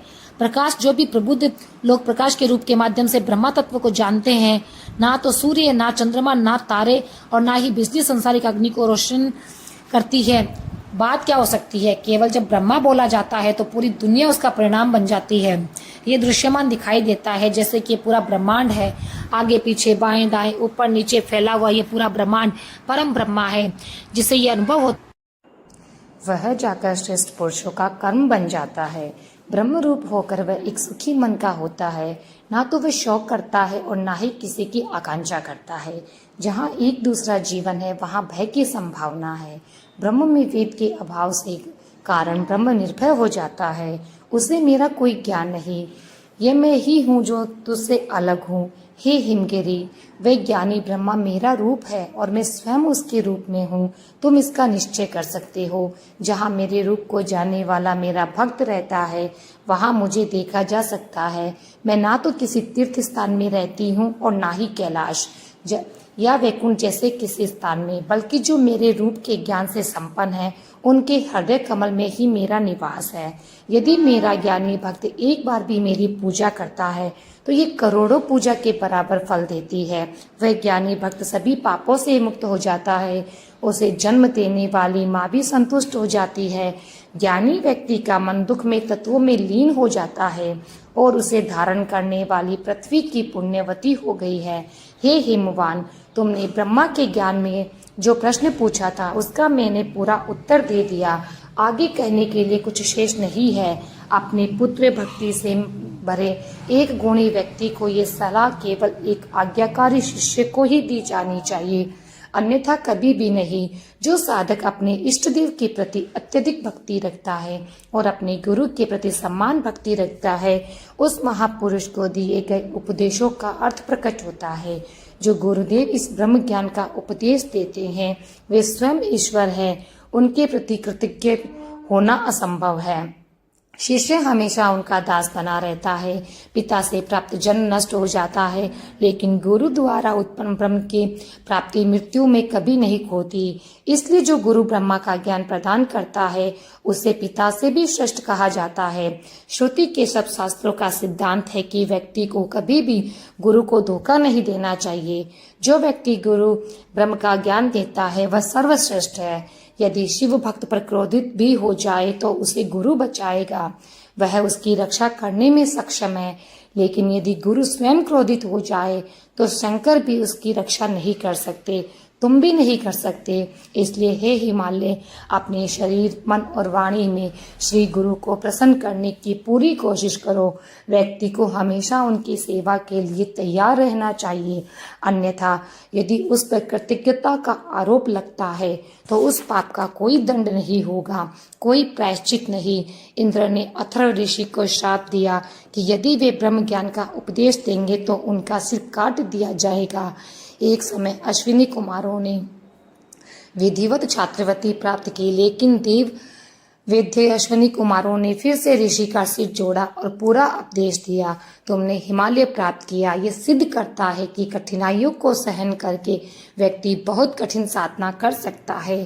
केवल इसे प्राप्त करके ही व्यक्ति ब्रह्मा विद्या को प्राप्त करता है। हे पर्वतराज हिमालय, इसे प्राप्त करने पर व्यक्ति ज्ञानी हो जाता है, कर्म हो जाता है। इसी प्रकार देवी भागवत पुराण में 7वां अध्याय है भक्ति का मार्ग। मित्रों, पर्वतराज हिमालय ने कहा, हे माता, जिस मनुष्य में वैराग्य का अभाव है वह एक माध्यम साधक है और भक्ति के बिना ज्ञान का मार्ग उसके लिए उपयुक्त नहीं। ऐसे व्यक्ति के लिए ये कठिन है। कृपया मुझे अपनी साधना का आशीर्वाद दे। उन्होंने कहा, है पर्वत इंद्र, मोक्ष प्राप्ति के लिए मैंने शास्त्रों में 3 मार्गों की व्याख्या की है। मैंने कर्म योग, ज्ञान योग और भक्ति योग किया है। इन तीनों में से भक्ति योग सर्वोच्च है। ये सभी के लिए संभव है क्योंकि ये मार्ग आसान है और केवल मन और दृष्टिकोण पर निर्भर करता है। व्यक्ति शरीर और मन में दर्द से मुक्त होता है। ये भक्ति मनुष्यों का गुण और भेद है। इसे 3 प्रकार से जाना जाता है, जिसमें भक्ति का दिखावा होता है और ईर्ष्या और क्रोध पीड़ा देने की प्रवृत्ति जैसी भावनाओं का मिश्रण है। ये एक तामसी साधना है। यदि साधक दूसरों की पीड़ा सहन करता है तो वह केवल अपने कल्याण के लिए भक्ति करता है, लेकिन उसके मन में प्रसिद्धि की इच्छा, भोग का लालच और इच्छित वस्तु को प्राप्त करने का उद्देश्य होता है। वह हमेशा स्वार्थी पूजा में लगा रहता है। तीव्र भक्ति होने के बावजूद उपासक मेरे रूप को अपने से अलग जानता है और भेद बुद्धि रखता है। यदि कोई भक्ति के साथ ऐसा करता है तो इसे राजसी भक्ति कहा जाता है। मुझे प्रतिदिन वैदिक अनुष्ठान करने चाहिए। कोई भगवान की पूजा कर सकता है और कर्म के माध्यम से पापों को भी नष्ट कर सकता है। इस विश्वास के साथ यदि कोई मेरे प्रेम के लिए अपने सभी काम करता है तो हे शिव, वह भक्ति सात्विक है, क्योंकि भक्ति बुद्धि के भेद पर आधारित है। ये परम भक्ति नहीं है, लेकिन इसका साधक बन जाती है।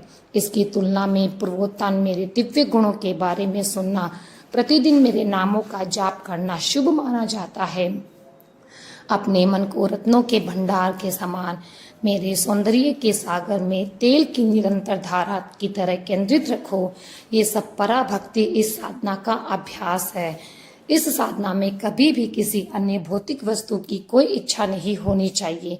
साधक इन 4 प्रकार के सामीप्य, सारूप्य, सालोक्य, सासुज्य से प्रेरित नहीं होता। मोक्ष प्राप्ति की कोई तीव्र इच्छा नहीं होनी चाहिए। मेरी सेवा के अलावा वह भक्त मोक्ष के बारे में भी नहीं जानता, क्योंकि वह उदास होने की भावना को सुरक्षित रखता है, कोई इच्छा नहीं रखता। जो साधक अत्यंत भक्ति के साथ जागृत रहता है और हमेशा मेरे बारे में सोचता है, मैं अपने आप को अपने आत्मस्वरूप से अविभाज्य के रूप में पहचानने लगती हूँ। मुझे अब कोई भेदभाव नहीं। जो भक्त सभी जीवित प्राणियों में मेरे चित्त के प्रकाश से देखता है, उसका प्रेम उसकी अपनी आत्मा के रूप समान है, समान रूप से है। इसलिए जो साधक भेद बुद्धि को त्याग देता है, वह मेरे सभी सर्वव्यापी गुणों से अवगत हो जाता है। वह चंडाल हो या राजा, सभी रूपों को नमस्कार और सम्मान करता है। ये सर्वोच्च भक्त मेरे पवित्र स्थानों और मेरे भक्तों को धोखा नहीं देते। वे हमेशा मुझे देखने और मेरे संबंधित सत्संगों को सुनने, मंत्रों और तंत्रों का जाप करने के लिए तैयार रहते हैं। प्रयोगों आदि में उसकी स्वाभाविक आस्था है। जब वह प्रेम से मेरे बारे में सोचता है तो प्रभावित व्यक्ति का पूरा शरीर उत्तेजना से भर जाता है। प्रेमाक्षु से एक अश्रुपूरित आवाज निकलती है, हे हिमालय, जो ब्रह्मांड का बीज है और सभी कारणों का भी, क्योंकि वह अनन्य भक्ति से मेरी पूजा करता है। वह सर्वोच्च भक्त है। इसके बावजूद वह अपनी क्षमता के अनुसार किसी पाखंड के भक्ति के साथ अपने सभी दैनिक दिनचर्या के कार्यों को करता है। वह मेरे उत्कृष्ट व्रतों का भी पालन करता है। हे पवित्र, उस प्रकृति ने मुझे अपने लिए त्योहारों का आयोजन करने तथा अन्य स्थानों पर दर्शन के लिए जाने की रुचि है। शरीर के मोह से छुटकारा पाकर वह अहंकार के कारण होने वाली शर्मिंदगी से मुक्त हो जाता है और फिर मेरा नाम जपना शुरू कर देता है। वह जोर जोर से नाचने और गाने लगता है। मेरा भाग्य मुझे जो भी करने के लिए मजबूर करेगा वह होगा। मुझे अपने शरीर की सुरक्षा व सांसारिक गतिविधियों के बारे की चिंता नहीं है। ऐसा विश्वास उसमें है, ऐसी भक्ति प्रबल होती है और इसे पराभक्ति कहते हैं, जिसमें मेरे दिव्य रूप के अलावा किसी और के लिए कोई भावना नहीं होती। हिमवान, इस सिद्धांत के अनुसार सर्वोच्च भक्ति, जिसमें भक्ति की चरम सीमा प्राप्त होती है, जब वह भक्त मेरे रूप में विलीन हो जाता है। केवल उसे शास्त्रों में ज्ञान है। ये वैराग्य की भी सीमा है, क्योंकि ज्ञान, भक्ति और वैराग्य दोनों इस स्थिति में मौजूद है। हे पर्वत, भले ही कोई भक्ति अभ्यास में तल्लीन हो, यदि किसी भाग्य के कारण वह मेरी प्रकृति के ज्ञान को प्राप्त करने में असमर्थ है, तो वे साधक हिमवान है। उस लोक में दिव्य सुख प्राप्त होते हैं जिसमें मेरे वास्तविक रूप का सही ज्ञान उत्पन्न होता हो। उस ज्ञान के कारण तुरंत मुक्त हो जाता है, क्योंकि ज्ञान के बिना मोक्ष का कोई दूसरा कारण नहीं हो सकता। यदि मानव लोक में मेरे रूप में कोई दूसरी आत्मा नहीं है, जब किसी को चेतन की वास्तविक प्रकृति का ज्ञान होता है, तो उस ज्ञानी की आत्मा कहीं नहीं जाती, क्योंकि ज्ञानी ब्रह्म वही ब्रह्म है जहाँ केवल ज्ञान आत्मज्ञान को नष्ट करता है और उसमें आत्मा की प्राप्ति माना जाता है, जो पहले से ही प्राप्त थी। जैसे किसी का सोने का हार खो गया और बहुत खोजने के बाद वह उसके गले में पाया गया, तो कहा जाता है कि पर्वतों, मेरा रूप अद्वितीय है, ज्ञात और अज्ञात दोनों वर्गों से अलग है। एक मानव साधक अपने अनुभव को अपने भीतर स्पष्ट रूप से देख सकता है, जैसे वे दर्पण में अपना चेहरा देख सकता है। पैतृक दुनिया में स्वयं का प्रतिबिंब मेरे दिव्य दुनिया में पानी में प्रतिबिंब की तरह है।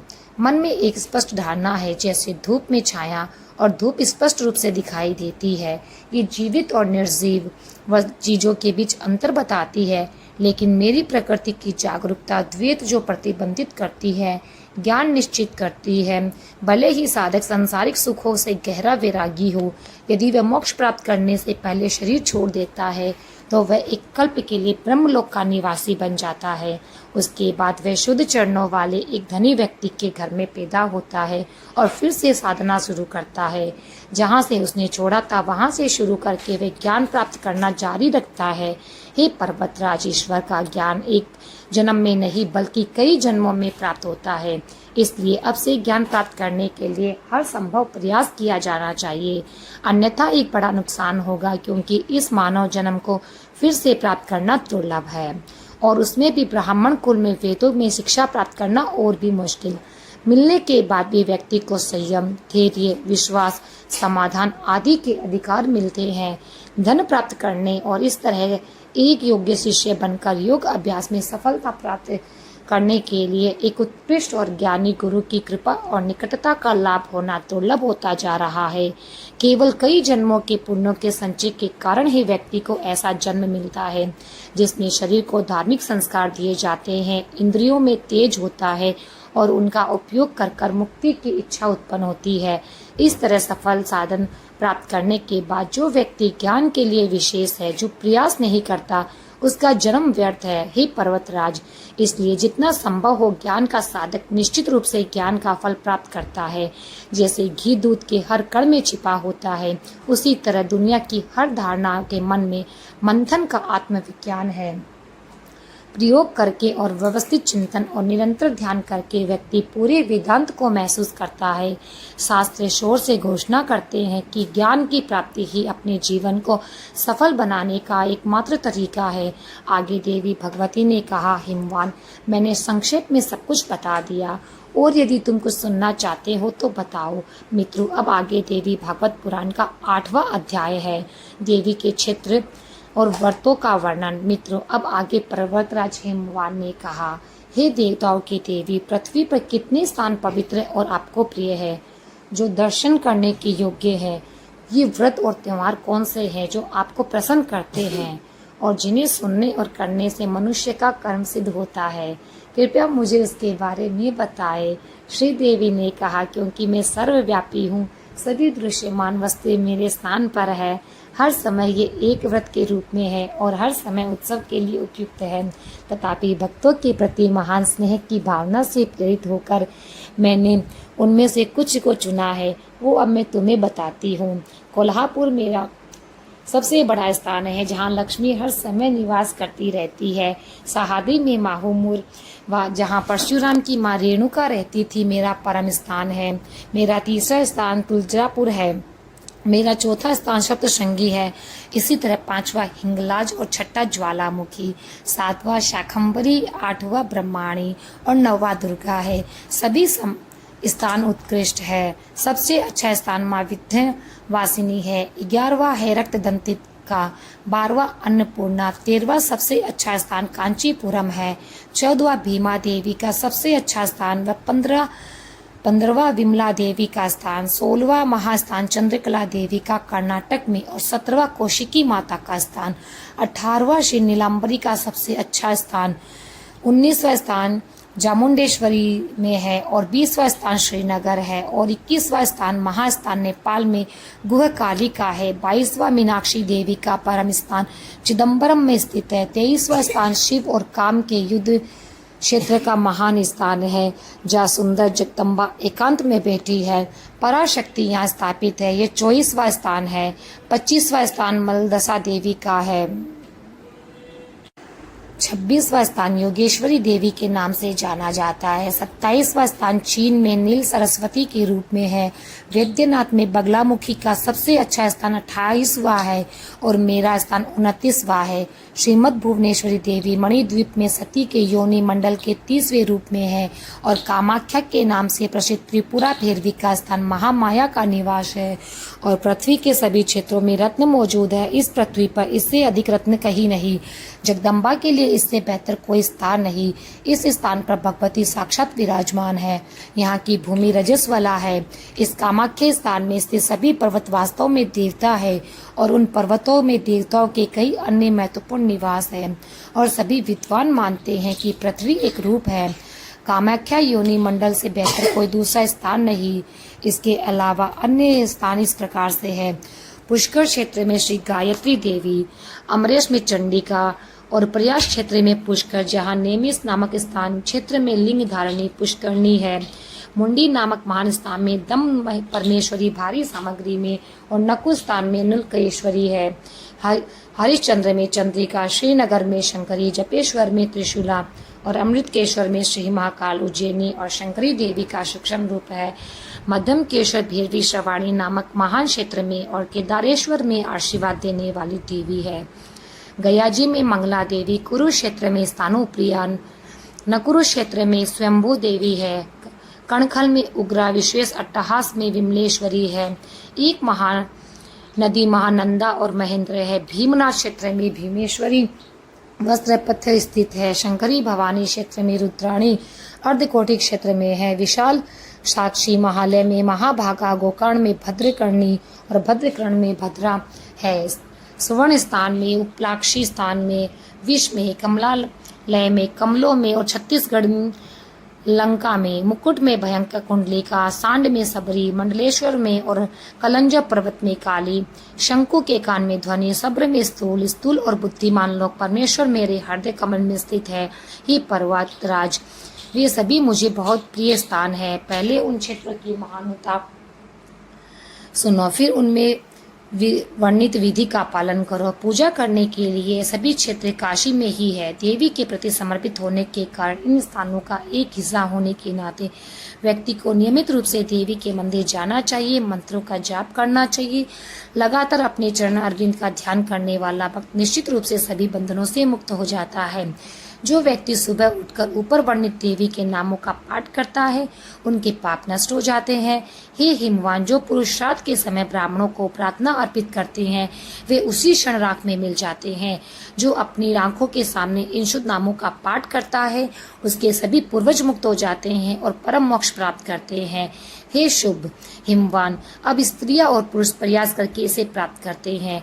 तो दोस्तों, अब आगे देवी भगवती कहती है कि पर्वतराज, हिमालय में आगे तुम्हारे मेरे उन व्रतों का वर्णन करूंगी जो अनंत तृतीया, रस कल्याणी, आद्रानंत कर तृतीया व्रत नामक व्रत, शुक्रवार का व्रत और कृष्ण पक्ष की चतुर्दशी का व्रत, मंगलवार का व्रत और प्रदोष काल में मनाया जाने वाला व्रत। प्रदोष का व्रत योग्य है। महादेव जी की देवी को एक उच्च स्थान पर बिठाते हैं और अन्य देवताओं के साथ भगवती के सामने नृत्य करते हैं। वे उस दिन उपवास करते हैं और प्रदोष काल में हर रात की शुरुआत में भगवान शिव की पूजा करते हैं। हर पखवाड़े में पर्वतों की पूजा होती है। मुझे ये पसंद है। सोमवार को व्रत रखो, ये मुझे अत्यधिक प्रसन्न है। रात में देवी की पूजा व्रत करके तुम्हें भोजन करना चाहिए। मैं अश्विन और चैत्र माही के नवरात्रों के व्रत में भी रुचि रखती हूँ। इसके अलावा यशस्वी हिमवान अन्य दैनिक और नए व्रतों का भी पालन करते हैं। वंदन उत्सव, शयन उत्सव, जागरण उत्सव, रथ उत्सव, दामों और श्रावण मेरे भक्त हमेशा मेरे पवित्र त्योहारों अन्य प्रतिकार त्योहारों का पालन करते हैं। मेरे भक्त सुवासिनी कुमारी बटुक आदि की देवी को प्रेम से भोजन कराओ। धन के लोभ को त्याग कर फूलों आदि का उपयोग करके बुद्धि से पूजा करना निर्धारित है। उचित पूजा इस तरह से की जानी चाहिए। जो भक्त बहुत समर्पित है और हर साल भक्ति के साथ अनुष्ठान करते हैं वे धन्य और पूर्ण होते हैं और जल्द ही मेरे प्रेम का पात्र बनते हैं। हे हिमवान, मैंने तुम्हें संक्षेप में मुझे प्रसन्न करने के तरीके बताए। प्यारे भक्तों, अब आगे देवी भागवत पुराण का 9वां अध्याय है, पूजा विधि। मित्रों, इस अध्याय में हिमवान ने कहा, हे देवेश्वरी, हे महेश्वरी, हे करुणा की सागर, हे अंबिका, आपकी पूजा करने का सबसे अच्छा तरीका क्या है? अब मुझे सत्य बताएं। तब देवी ने कहा, हे राजन, वह जगदम्बे पूजा विधि भगवती को बहुत प्रिय है, मैं तुम्हें बता रही हूँ। हे पर्वतों में श्रेष्ठ, इसे अत्यंत भक्ति के साथ सुनो। मेरी पूजा 2 प्रकार की है, एक बाह्य पूजा, दूसरी आंतरिक पूजा। आंतरिक पूजा भी 2 प्रकार की है। बाह्य पूजा वैदिक और तांत्रिक प्रकृति की है। पूजनीय मूर्ति के संबंध में वैदिक पूजा के भी 2 प्रकार हैं, जिन्हें वेदोक्त की दीक्षा कहा जाता है। वैदिक पूजा उन वैदिक द्वारों की जानी चाहिए जिन्होंने तंत्र दीक्षा प्राप्त की है। जिन्होंने इन्हें प्राप्त किया है उन्हें तंत्र पूजा करनी चाहिए। इस तरह वे पूजा विधि के रहस्य को जान सकते हैं। पूजा के रहस्य को समझे बिना और जाने बिना पूजा नहीं करनी चाहिए, क्योंकि विपरीत पूजा करने वाला कोई भी मूर्ख व्यक्ति पूरी तरह से पतित हो जाएगा। अब मैं तुम्हें पहले वेदों की पूजा बताऊंगी। मैं तुम्हें बता रही हूँ, हे पर्वतराज, कि तुमने मेरे महान और विराट रूप को देखा, जिसमें अंतरतर सिर, अनंत आंखें, अनंत पैर थे, जो उसका सर्वशक्तिमान और सर्व प्रेरणादायक परम रूप था। तुम्हें हमेशा उसकी पूजा, नमन, ध्यान और स्मरण करना चाहिए। ये मेरी पहली प्रकार की पूजा है। इसका रूप यह है कि हे हिमवान, मन को शांति पूर्वक एकाग्र करके और अहंकार, अभिमान आदि से मुक्त होकर देवी के प्रति समर्पित होकर उसकी शरण में रहकर दुनिया को उसकी दृष्टि से देखकर हमेशा उसका ध्यान करो। मेरे प्रति अनन्य प्रेम और भक्ति के साथ मेरा नाम जपो। भक्ति में भरकर केवल मेरे इस रूप की शरण लेकर यज्ञ, तपस्या और दान करके सभी बुरे कर्म करो। हे हिमवान, इसे प्राप्त करके मेरी कृपा से तुम दुनिया के रक्षक हो, जो हमेशा मेरे रूप में और मुझ में तैयार रहते हो। वे बंधन मुक्त हो जाएंगे। जो भक्त अपने मन को एकाग्र करते हैं उन्हें सर्वश्रेष्ठ माना जाता है। ये मेरी प्रतिज्ञा है कि मैं इन भक्तों को इस संसार के सागर से बहुत जल्दी निश्चित रूप से बचाऊंगी। मुझे केवल वैदिक अनुष्ठानों के साथ, ध्यान से या भक्ति के साथ ज्ञान से प्राप्त किया जा सकता है। ये कर्मों से संभव नहीं है। भक्ति वैदिक धर्म का पालन करने से उत्पन्न होती है और भक्ति से परम सत्य ज्ञान के माध्यम से प्राप्त होता है, जो श्रुति और स्मृति में निर्धारित है। जो कुछ भी किया गया है वह धर्म है, और जो अन्य शास्त्रों में करने के लिए कहा गया है वो धर्मभास है। मेरी सर्वज्ञता और सर्वशक्तिमता से उत्पन्न हुए हैं। मुझ में अज्ञान असंभव है, इसलिए वेद जो मेरे वचन है कभी भी अप्रमाणित नहीं होते। श्रुतियों के अर्थ के आधार पर स्मृति शास्त्रों का विकास किया गया है, इसलिए मनु आदि की प्रामाणिकता को प्राथमिकता दी जाती है। कुछ स्मृतियों में तंत्र ग्रंथों का अर्थ अलग है। यदि प्रभावित होकर वेदों के विपरीत कोई धर्म है तो वह उतना हिस्सा वेदिक द्वारा स्वीकार नहीं किया जाता। ये किया जाना चाहिए, क्योंकि वेदों के बाहर के अन्य शास्त्रों में कथन सार के अज्ञान से उत्पन्न होते हैं। वे दोषपूर्ण हैं, इसलिए उन शब्दों को प्रमाण के रूप में नहीं देखा जा सकता। इसलिए मुमुक्षुओं को धर्म के बारे में सूचित किया जाना चाहिए। वेदों को हमेशा आधार के रूप में लिया जाना चाहिए। एक सामान्य राजा के आदेशों का दुनिया में कभी भी पालन नहीं किया जाना चाहिए। यदि ऐसा किया जाता है तो श्रुति, जो सर्वेश्वरी की आज्ञा है, को कैसे त्यागा जाएगा। मैंने ब्राह्मणों और क्षत्रियों की जातियों का निर्माण केवल वेदों की रक्षा के लिए किया है, जो मेरी आज्ञा है। ये मेरा द्वारा बनाए गए वह मेरे रहस्य है, जो उनके द्वारा श्रुति शब्दों में प्रतिपादित किए गए हैं। जब भी धर्म का पतन होता है, अधर्म की वृद्धि होती है, तो केवल मैं ही वेदों की रक्षा के लिए आती हूँ। मैं ब्राह्मणों, क्षत्रियों या दिव्य अवतारों का विशेष रूप लेती हूँ। वेदों की रक्षा करने वाले देवता और वेदों को नष्ट करने वाले असुर, इस तरह वेदों के भी 2 भागों में विभाजित किया गया है। ये केवल उन लोगों के लिए किया गया है जो वेदों में उल्लेखित सर्वश्रेष्ठ धर्म का पालन नहीं करते। दंड देने के लिए मैंने ऐसे राक्षसों का निर्माण किया जिनका वर्णन भी भय से चीखने पर मजबूर कर देता है। भय उत्पन्न होता है, व्यक्ति को पवित्र सनातन वैदिक धर्म को छोड़कर अन्य काल्पनिक पाखंड को अपनाना चाहिए। राजा को अपने देश में ऐसे विषयों को निष्कासित कर देना चाहिए जो धर्म की शरण लेते हैं। धार्मिक गुरुओं और ब्राह्मणों का कर्तव्य है कि वे ऐसे भ्रष्ट लोगों से बात ना करें और ना उनके साथ कुछ करें। किसी भी द्विज को इस दुनिया में श्रुति और स्मृति के विपरीत किसी भी प्रकार का सामाजिक बंधन नहीं रखना चाहिए। अन्य सभी शास्त्र जो तमोगुण के हैं, ऋषि और दधीच जो ब्राह्मण ऋषि द्वारा स्थापित होने के बाद वेदों के मार्ग से बहिष्कृत कर दिए थे, उन्हें पदानुक्रमित क्रम में छुड़ाने के लिए सदाशिव ने वाम, कापालिक, कोल, भैरव आदि आगमों की रचना के आधार पर शैव, वैष्णव, शौर, शाक्त और गणपत्य संप्रदायों ने अपने अपने मार्गों का निर्माण किया और उन आगमों में कुछ स्थानों पर यह भी उल्लेख है कि जो भाग वेदों से बाधित है वे भी वेदों में शामिल नहीं है। वैदिक लोगों को उस हिस्से से कोई कुछ भी लेने में दोष नहीं लगता। किसी भी कारण से वेदों में विरुद्ध किसी भी द्विज वर्ण को कोई भी कार्य करने का अधिकार नहीं है। केवल वही जिसने इसे प्राप्त नहीं किया वह तंत्र शस्त्र का उपयोग करने का हकदार है। इसलिए हर संभव प्रयास से वैदिक धर्म में विश्वास रखने वाले वैदिकों को केवल वेदों की शरण लेनी चाहिए, क्योंकि वेदों के धर्म के मार्ग और परम ब्रह्मा के रूप में प्राचीन ज्ञान के मार्ग का भी प्रकाश मिलता है। जो भक्त सभी प्रकार की इच्छाओं को त्याग कर अकेले मेरी शरण में आता है वह सभी जीवित प्राणियों का स्वामी बन जाता है। जो दया दिखाते हैं और अभिमान और अहंकार से अछूते रहते हैं वे केवल मेरे बारे में सोचते हैं। सभी कर्म मुझे समर्पित है। मेरे द्वीपों का पाठ करने से प्रेम दिखाया जाता है, चाहे वे सन्यासी, प्राण प्रस्थ, गृहस्थ या ब्रह्मचारी हो, भक्ति के साथ इसे रखते हैं। हमेशा ईश्वर के रूप में मेरे विराट रूप की पूजा करते हैं। इस प्रकार लगातार मैं ज्ञान के सूर्य के साथ अपने उपासकों के अज्ञान के अंधकार को दूर करती हूँ। मैं प्रकाश से नष्ट करती हूँ, इसमें कोई संदेह नहीं। हे हिमालय, इस तरह पहले मैंने शमसेक्ष में धातु आदि से बनी मूर्ति में अष्टदल वेदी, सूर्य में, चंद्रमा में, जल में या किसी दिव्य प्राकृतिक प्रतीक या मंत्र में, बर्तन पर अंकित प्रतीकों में या चित्र में या अपने शुद्ध हृदय कमल में, लेकिन भगवती पर ध्यान करना चाहिए और देवी के उस रूप की पूजा करनी चाहिए। मुझ पर करुणा से भरी पूजा का वर्णन इस प्रकार से है। युवा लाल रंग की सौंदर्य की सार की सीमा भक्तों के दर्द को दूर करने के लिए पूरी तरह से सुंदर और श्रृंगार के सार से सुशोभित है। लगातार उत्सुक, खुश, सुंदर मुख वाली, आधे चंद्रमा से सजे सिर वाली, पाश और निर्भय मुद्रा धारण करने वाली आनंदमय स्वरूपणी की अपनी शक्ति और धन के अनुसार पूजा करो।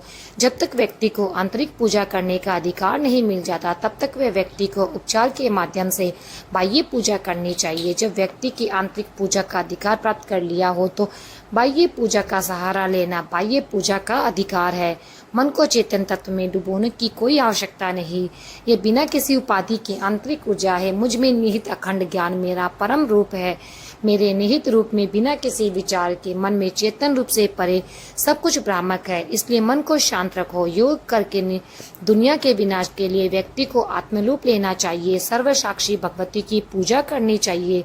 इसके बारे में सोचो। हे महान पर्वत, अब मैं तुम्हें बाह्य पूजा का विवरण ध्यान से बताऊंगी। प्यारे दोस्तों, अब आगे देवी भगवत पुराण का 10वां अध्याय है जिसमें बाह्य पूजा की विधि है। मित्रों, देवी ने कहा, एक बुद्धिमान साधक को सुबह उठकर अग्नि में स्थित सफेद कमल जैसे चमकीले कपूर को याद करके ये कहना चाहिए, उसमें अपने स्वयं के आत्म रूप है जो अच्छी तरह से प्रिय और सुंदर आभूषणों से सुशोभित है। शक्ति के साथ गुरु मूर्ति का ध्यान करे। गुरु को प्रणाम करने के बाद इस प्रकार कुंडलिनी शक्ति का आह्वान करते हुए देवी कुंडलिनी को ब्रह्मरंध्र की ओर ऊपर की ओर ले जाते हुए याद करे। ये वहां से चमकती है और मूलाधार में लौटते हुए अमृत की वर्षा के रूप में उभरती है। ये वह सुख है जो सुषुम्ना नाड़ी के मार्ग से इस कम में यात्रा करता है। मैं माँ कुंडलिनी के दिव्य रूप की शरण लेती हूँ। इस प्रकार इसके केंद्र में एक शिख की तरह प्रकट होती है। सच्चिदानंद की अवस्था में प्रति कुंडलिनी पर ध्यान करें और फिर केवल मेरे बारे में सोचे। सोच आदि शारीरिक क्रियाओं को समाप्त करने के बाद उस उत्कृष्ट ब्रह्मांड को मेरे लिए अग्निहोत्र यज्ञ करने के बाद अपने आसन पर बैठकर मेरी पूजा करनी चाहिए। पहले तत्वों की शुद्धि के लिए एक संकल्प ले और फिर मंत्र उच्चारण का न्यास करे। फिर प्रतिदिन मूलाधार में हृदय में आकार भोग के बीच में इकार न्यास करना चाहिए और अत्यंत मंत्रों से उल्लेखित अन्य न्यासों को भी करना चाहिए। इसके बाद अपने शरीर में धर्म, ज्ञान, वैराग्य और ऐश्वर्य से बनी एक वेदी की कल्पना करें। इसके बाद व्यक्ति को उसमें पूजा शुरू करनी चाहिए। प्राणायाम करने से हृदय कमल पूरी तरह से विकसित हो जाता है। एक विद्वान पुरुष को महादेवी का ध्यान करना चाहिए। मैं 5 तत्वों में बनी हुई हूँ। ये स्थान ब्रह्मा, विष्णु, रुद्र, ईश्वर और सदाशिव का है। ये 5 महाभूत मेरे पैरों के नीचे है। ये 5 देवता, 5 तत्व सृजन, विनाश, नियंत्रण और अनुग्रह के रूप में स्थित है। वे 5 क्रियाओं के स्वामी भी है और मैं उन सभी से परे अव्यक्त चिदूपिणी हूँ। इसलिए शक्ति मंत्रों में इन सभी को हमेशा मेरे आसन रूप में माना गया है। इस तरह ध्यान करने के बाद मानसिक अनुष्ठानों से मेरी पूजा करी। फिर अपनी क्षमता के अनुसार मूल मंत्र का जाप करे। तुम्हें उस जाप को मुझे अर्पित करना चाहिए। पत्र साधना करने के बाद अर्घ्य अर्पित करना चाहिए। पूजा की वस्तुओं को जल से शुद्ध करो। मंत्रों का जाप करके दुनिया को मंत्र से बांधकर गुरु की अनुमति लेकर मुझे प्रणाम कर कर अपने हृदय में मेरी सुंदर मूर्ति को बाहर रखो और आह्वान के बाद पीठ में पूजा करो। मंत्रों और आसन, आह्वान, अर्घ्य, पाद्य, आचमन, स्नान और 2 वस्त्रों के साथ प्राण प्रतिष्ठा करो। देवी को भक्ति के साथ आभूषण, गंध, फूल, फल आदि अर्पित करने के बाद यंत्रकों से ढक दो। देवताओं की उचित तरीके से पूजा करो। यदि तुम प्रतिदिन आवरण पूजा करने में असमर्थ हो तो हर शुक्रवार को ये अवश्य करे। शरीर की देवता देवी का प्रभु रूप है और वह प्रभा मंडल ऐसा सोचो 3 लोक इससे व्याप्त है। फिर जगदम्बा को हथियारों और शक्ति से ढंक दो। सुगंधित चंदन और सुगंधित फूलों से पूजा करो और विभिन्न प्रकार के प्रसाद चढ़ाओ। देवी को पान के पत्ते और दक्षिणा आदि से संतुष्ट करो और फिर हिमालय तुम श्री देवी द्वारा रचित सहस्त्र नाम का पाठ करो।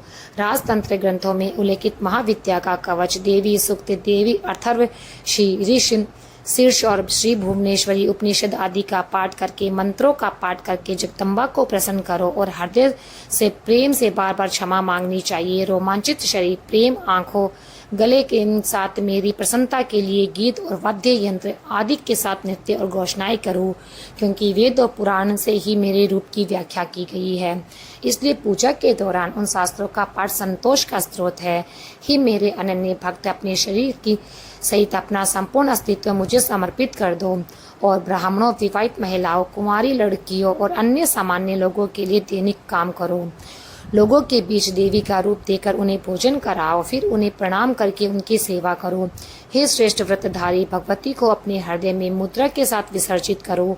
इसे हिमवान के रूप में मंत्र के साथ करो, क्योंकि हाँ, मंत्रों की नायिका है और परम है। एकादशा श्री माया सर्वश्रेष्ठ है। मैं हमेशा बीज जैसे दर्पण में परिलक्षित होती हूँ, इसलिए उस मंत्र के साथ जो भी अर्पित किया जाता है उसे जगदम्बा के सभी मंत्रों के साथ किया गया प्रसाद माना जाता है। पूजा करने के बाद वस्त्र, आभूषण आदि का उपयोग करके अनुष्ठान के अनुसार गुरु की पूजा करो और मन में कर्म कर चुकने की भावना याद रखकर इस तरह जो व्यक्ति किसी भी समय या स्थान पर उसकी पूजा करता है उसके लिए कुछ भी दुर्लभ नहीं।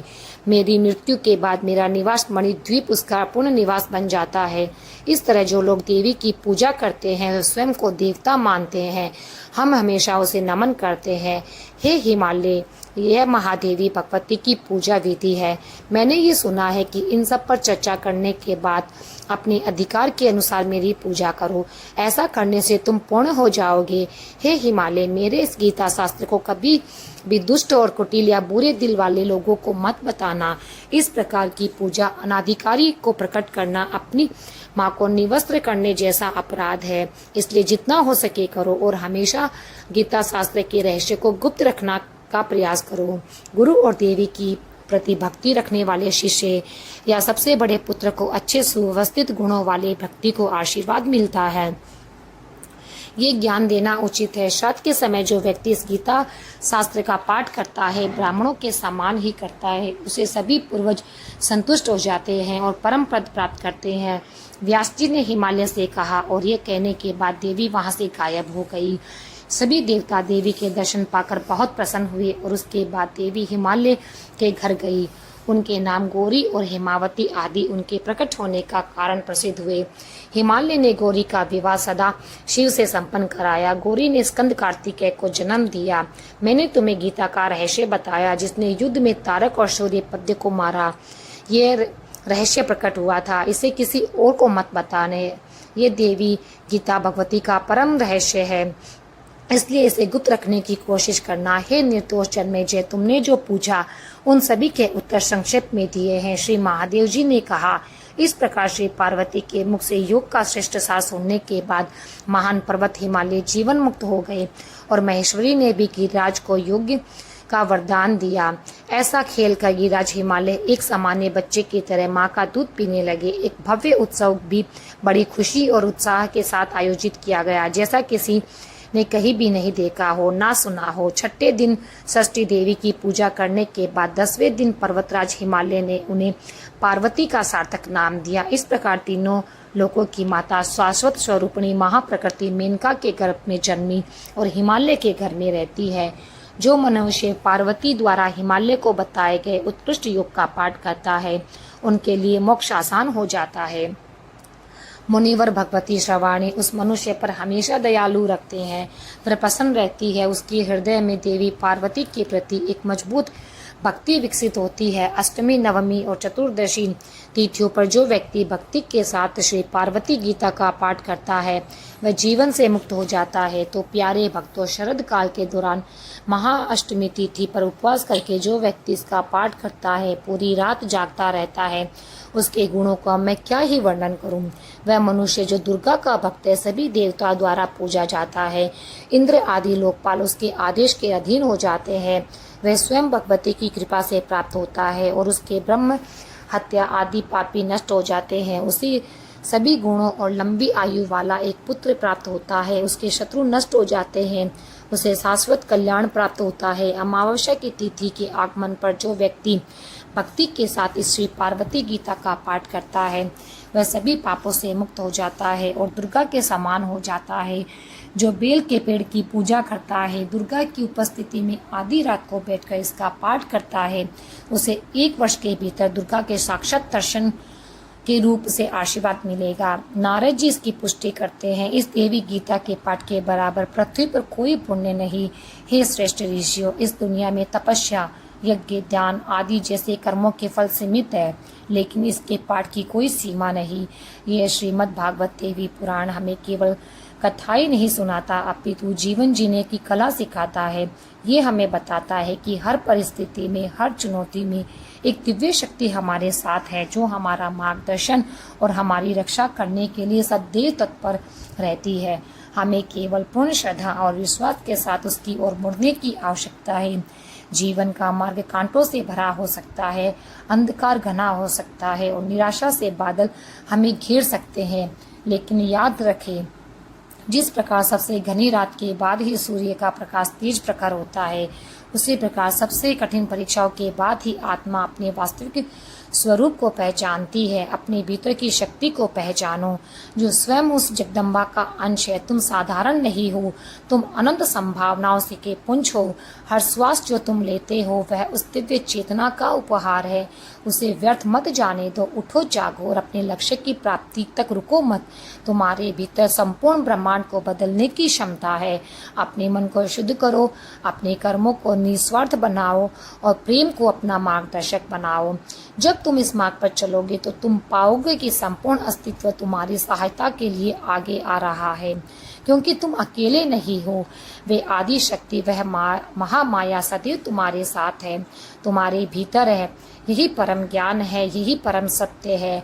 तो प्यारे भक्तों, देवी भागवत पुराण केवल ग्रंथ नहीं, बल्कि ये संपूर्ण जीवन जीने की और कला है।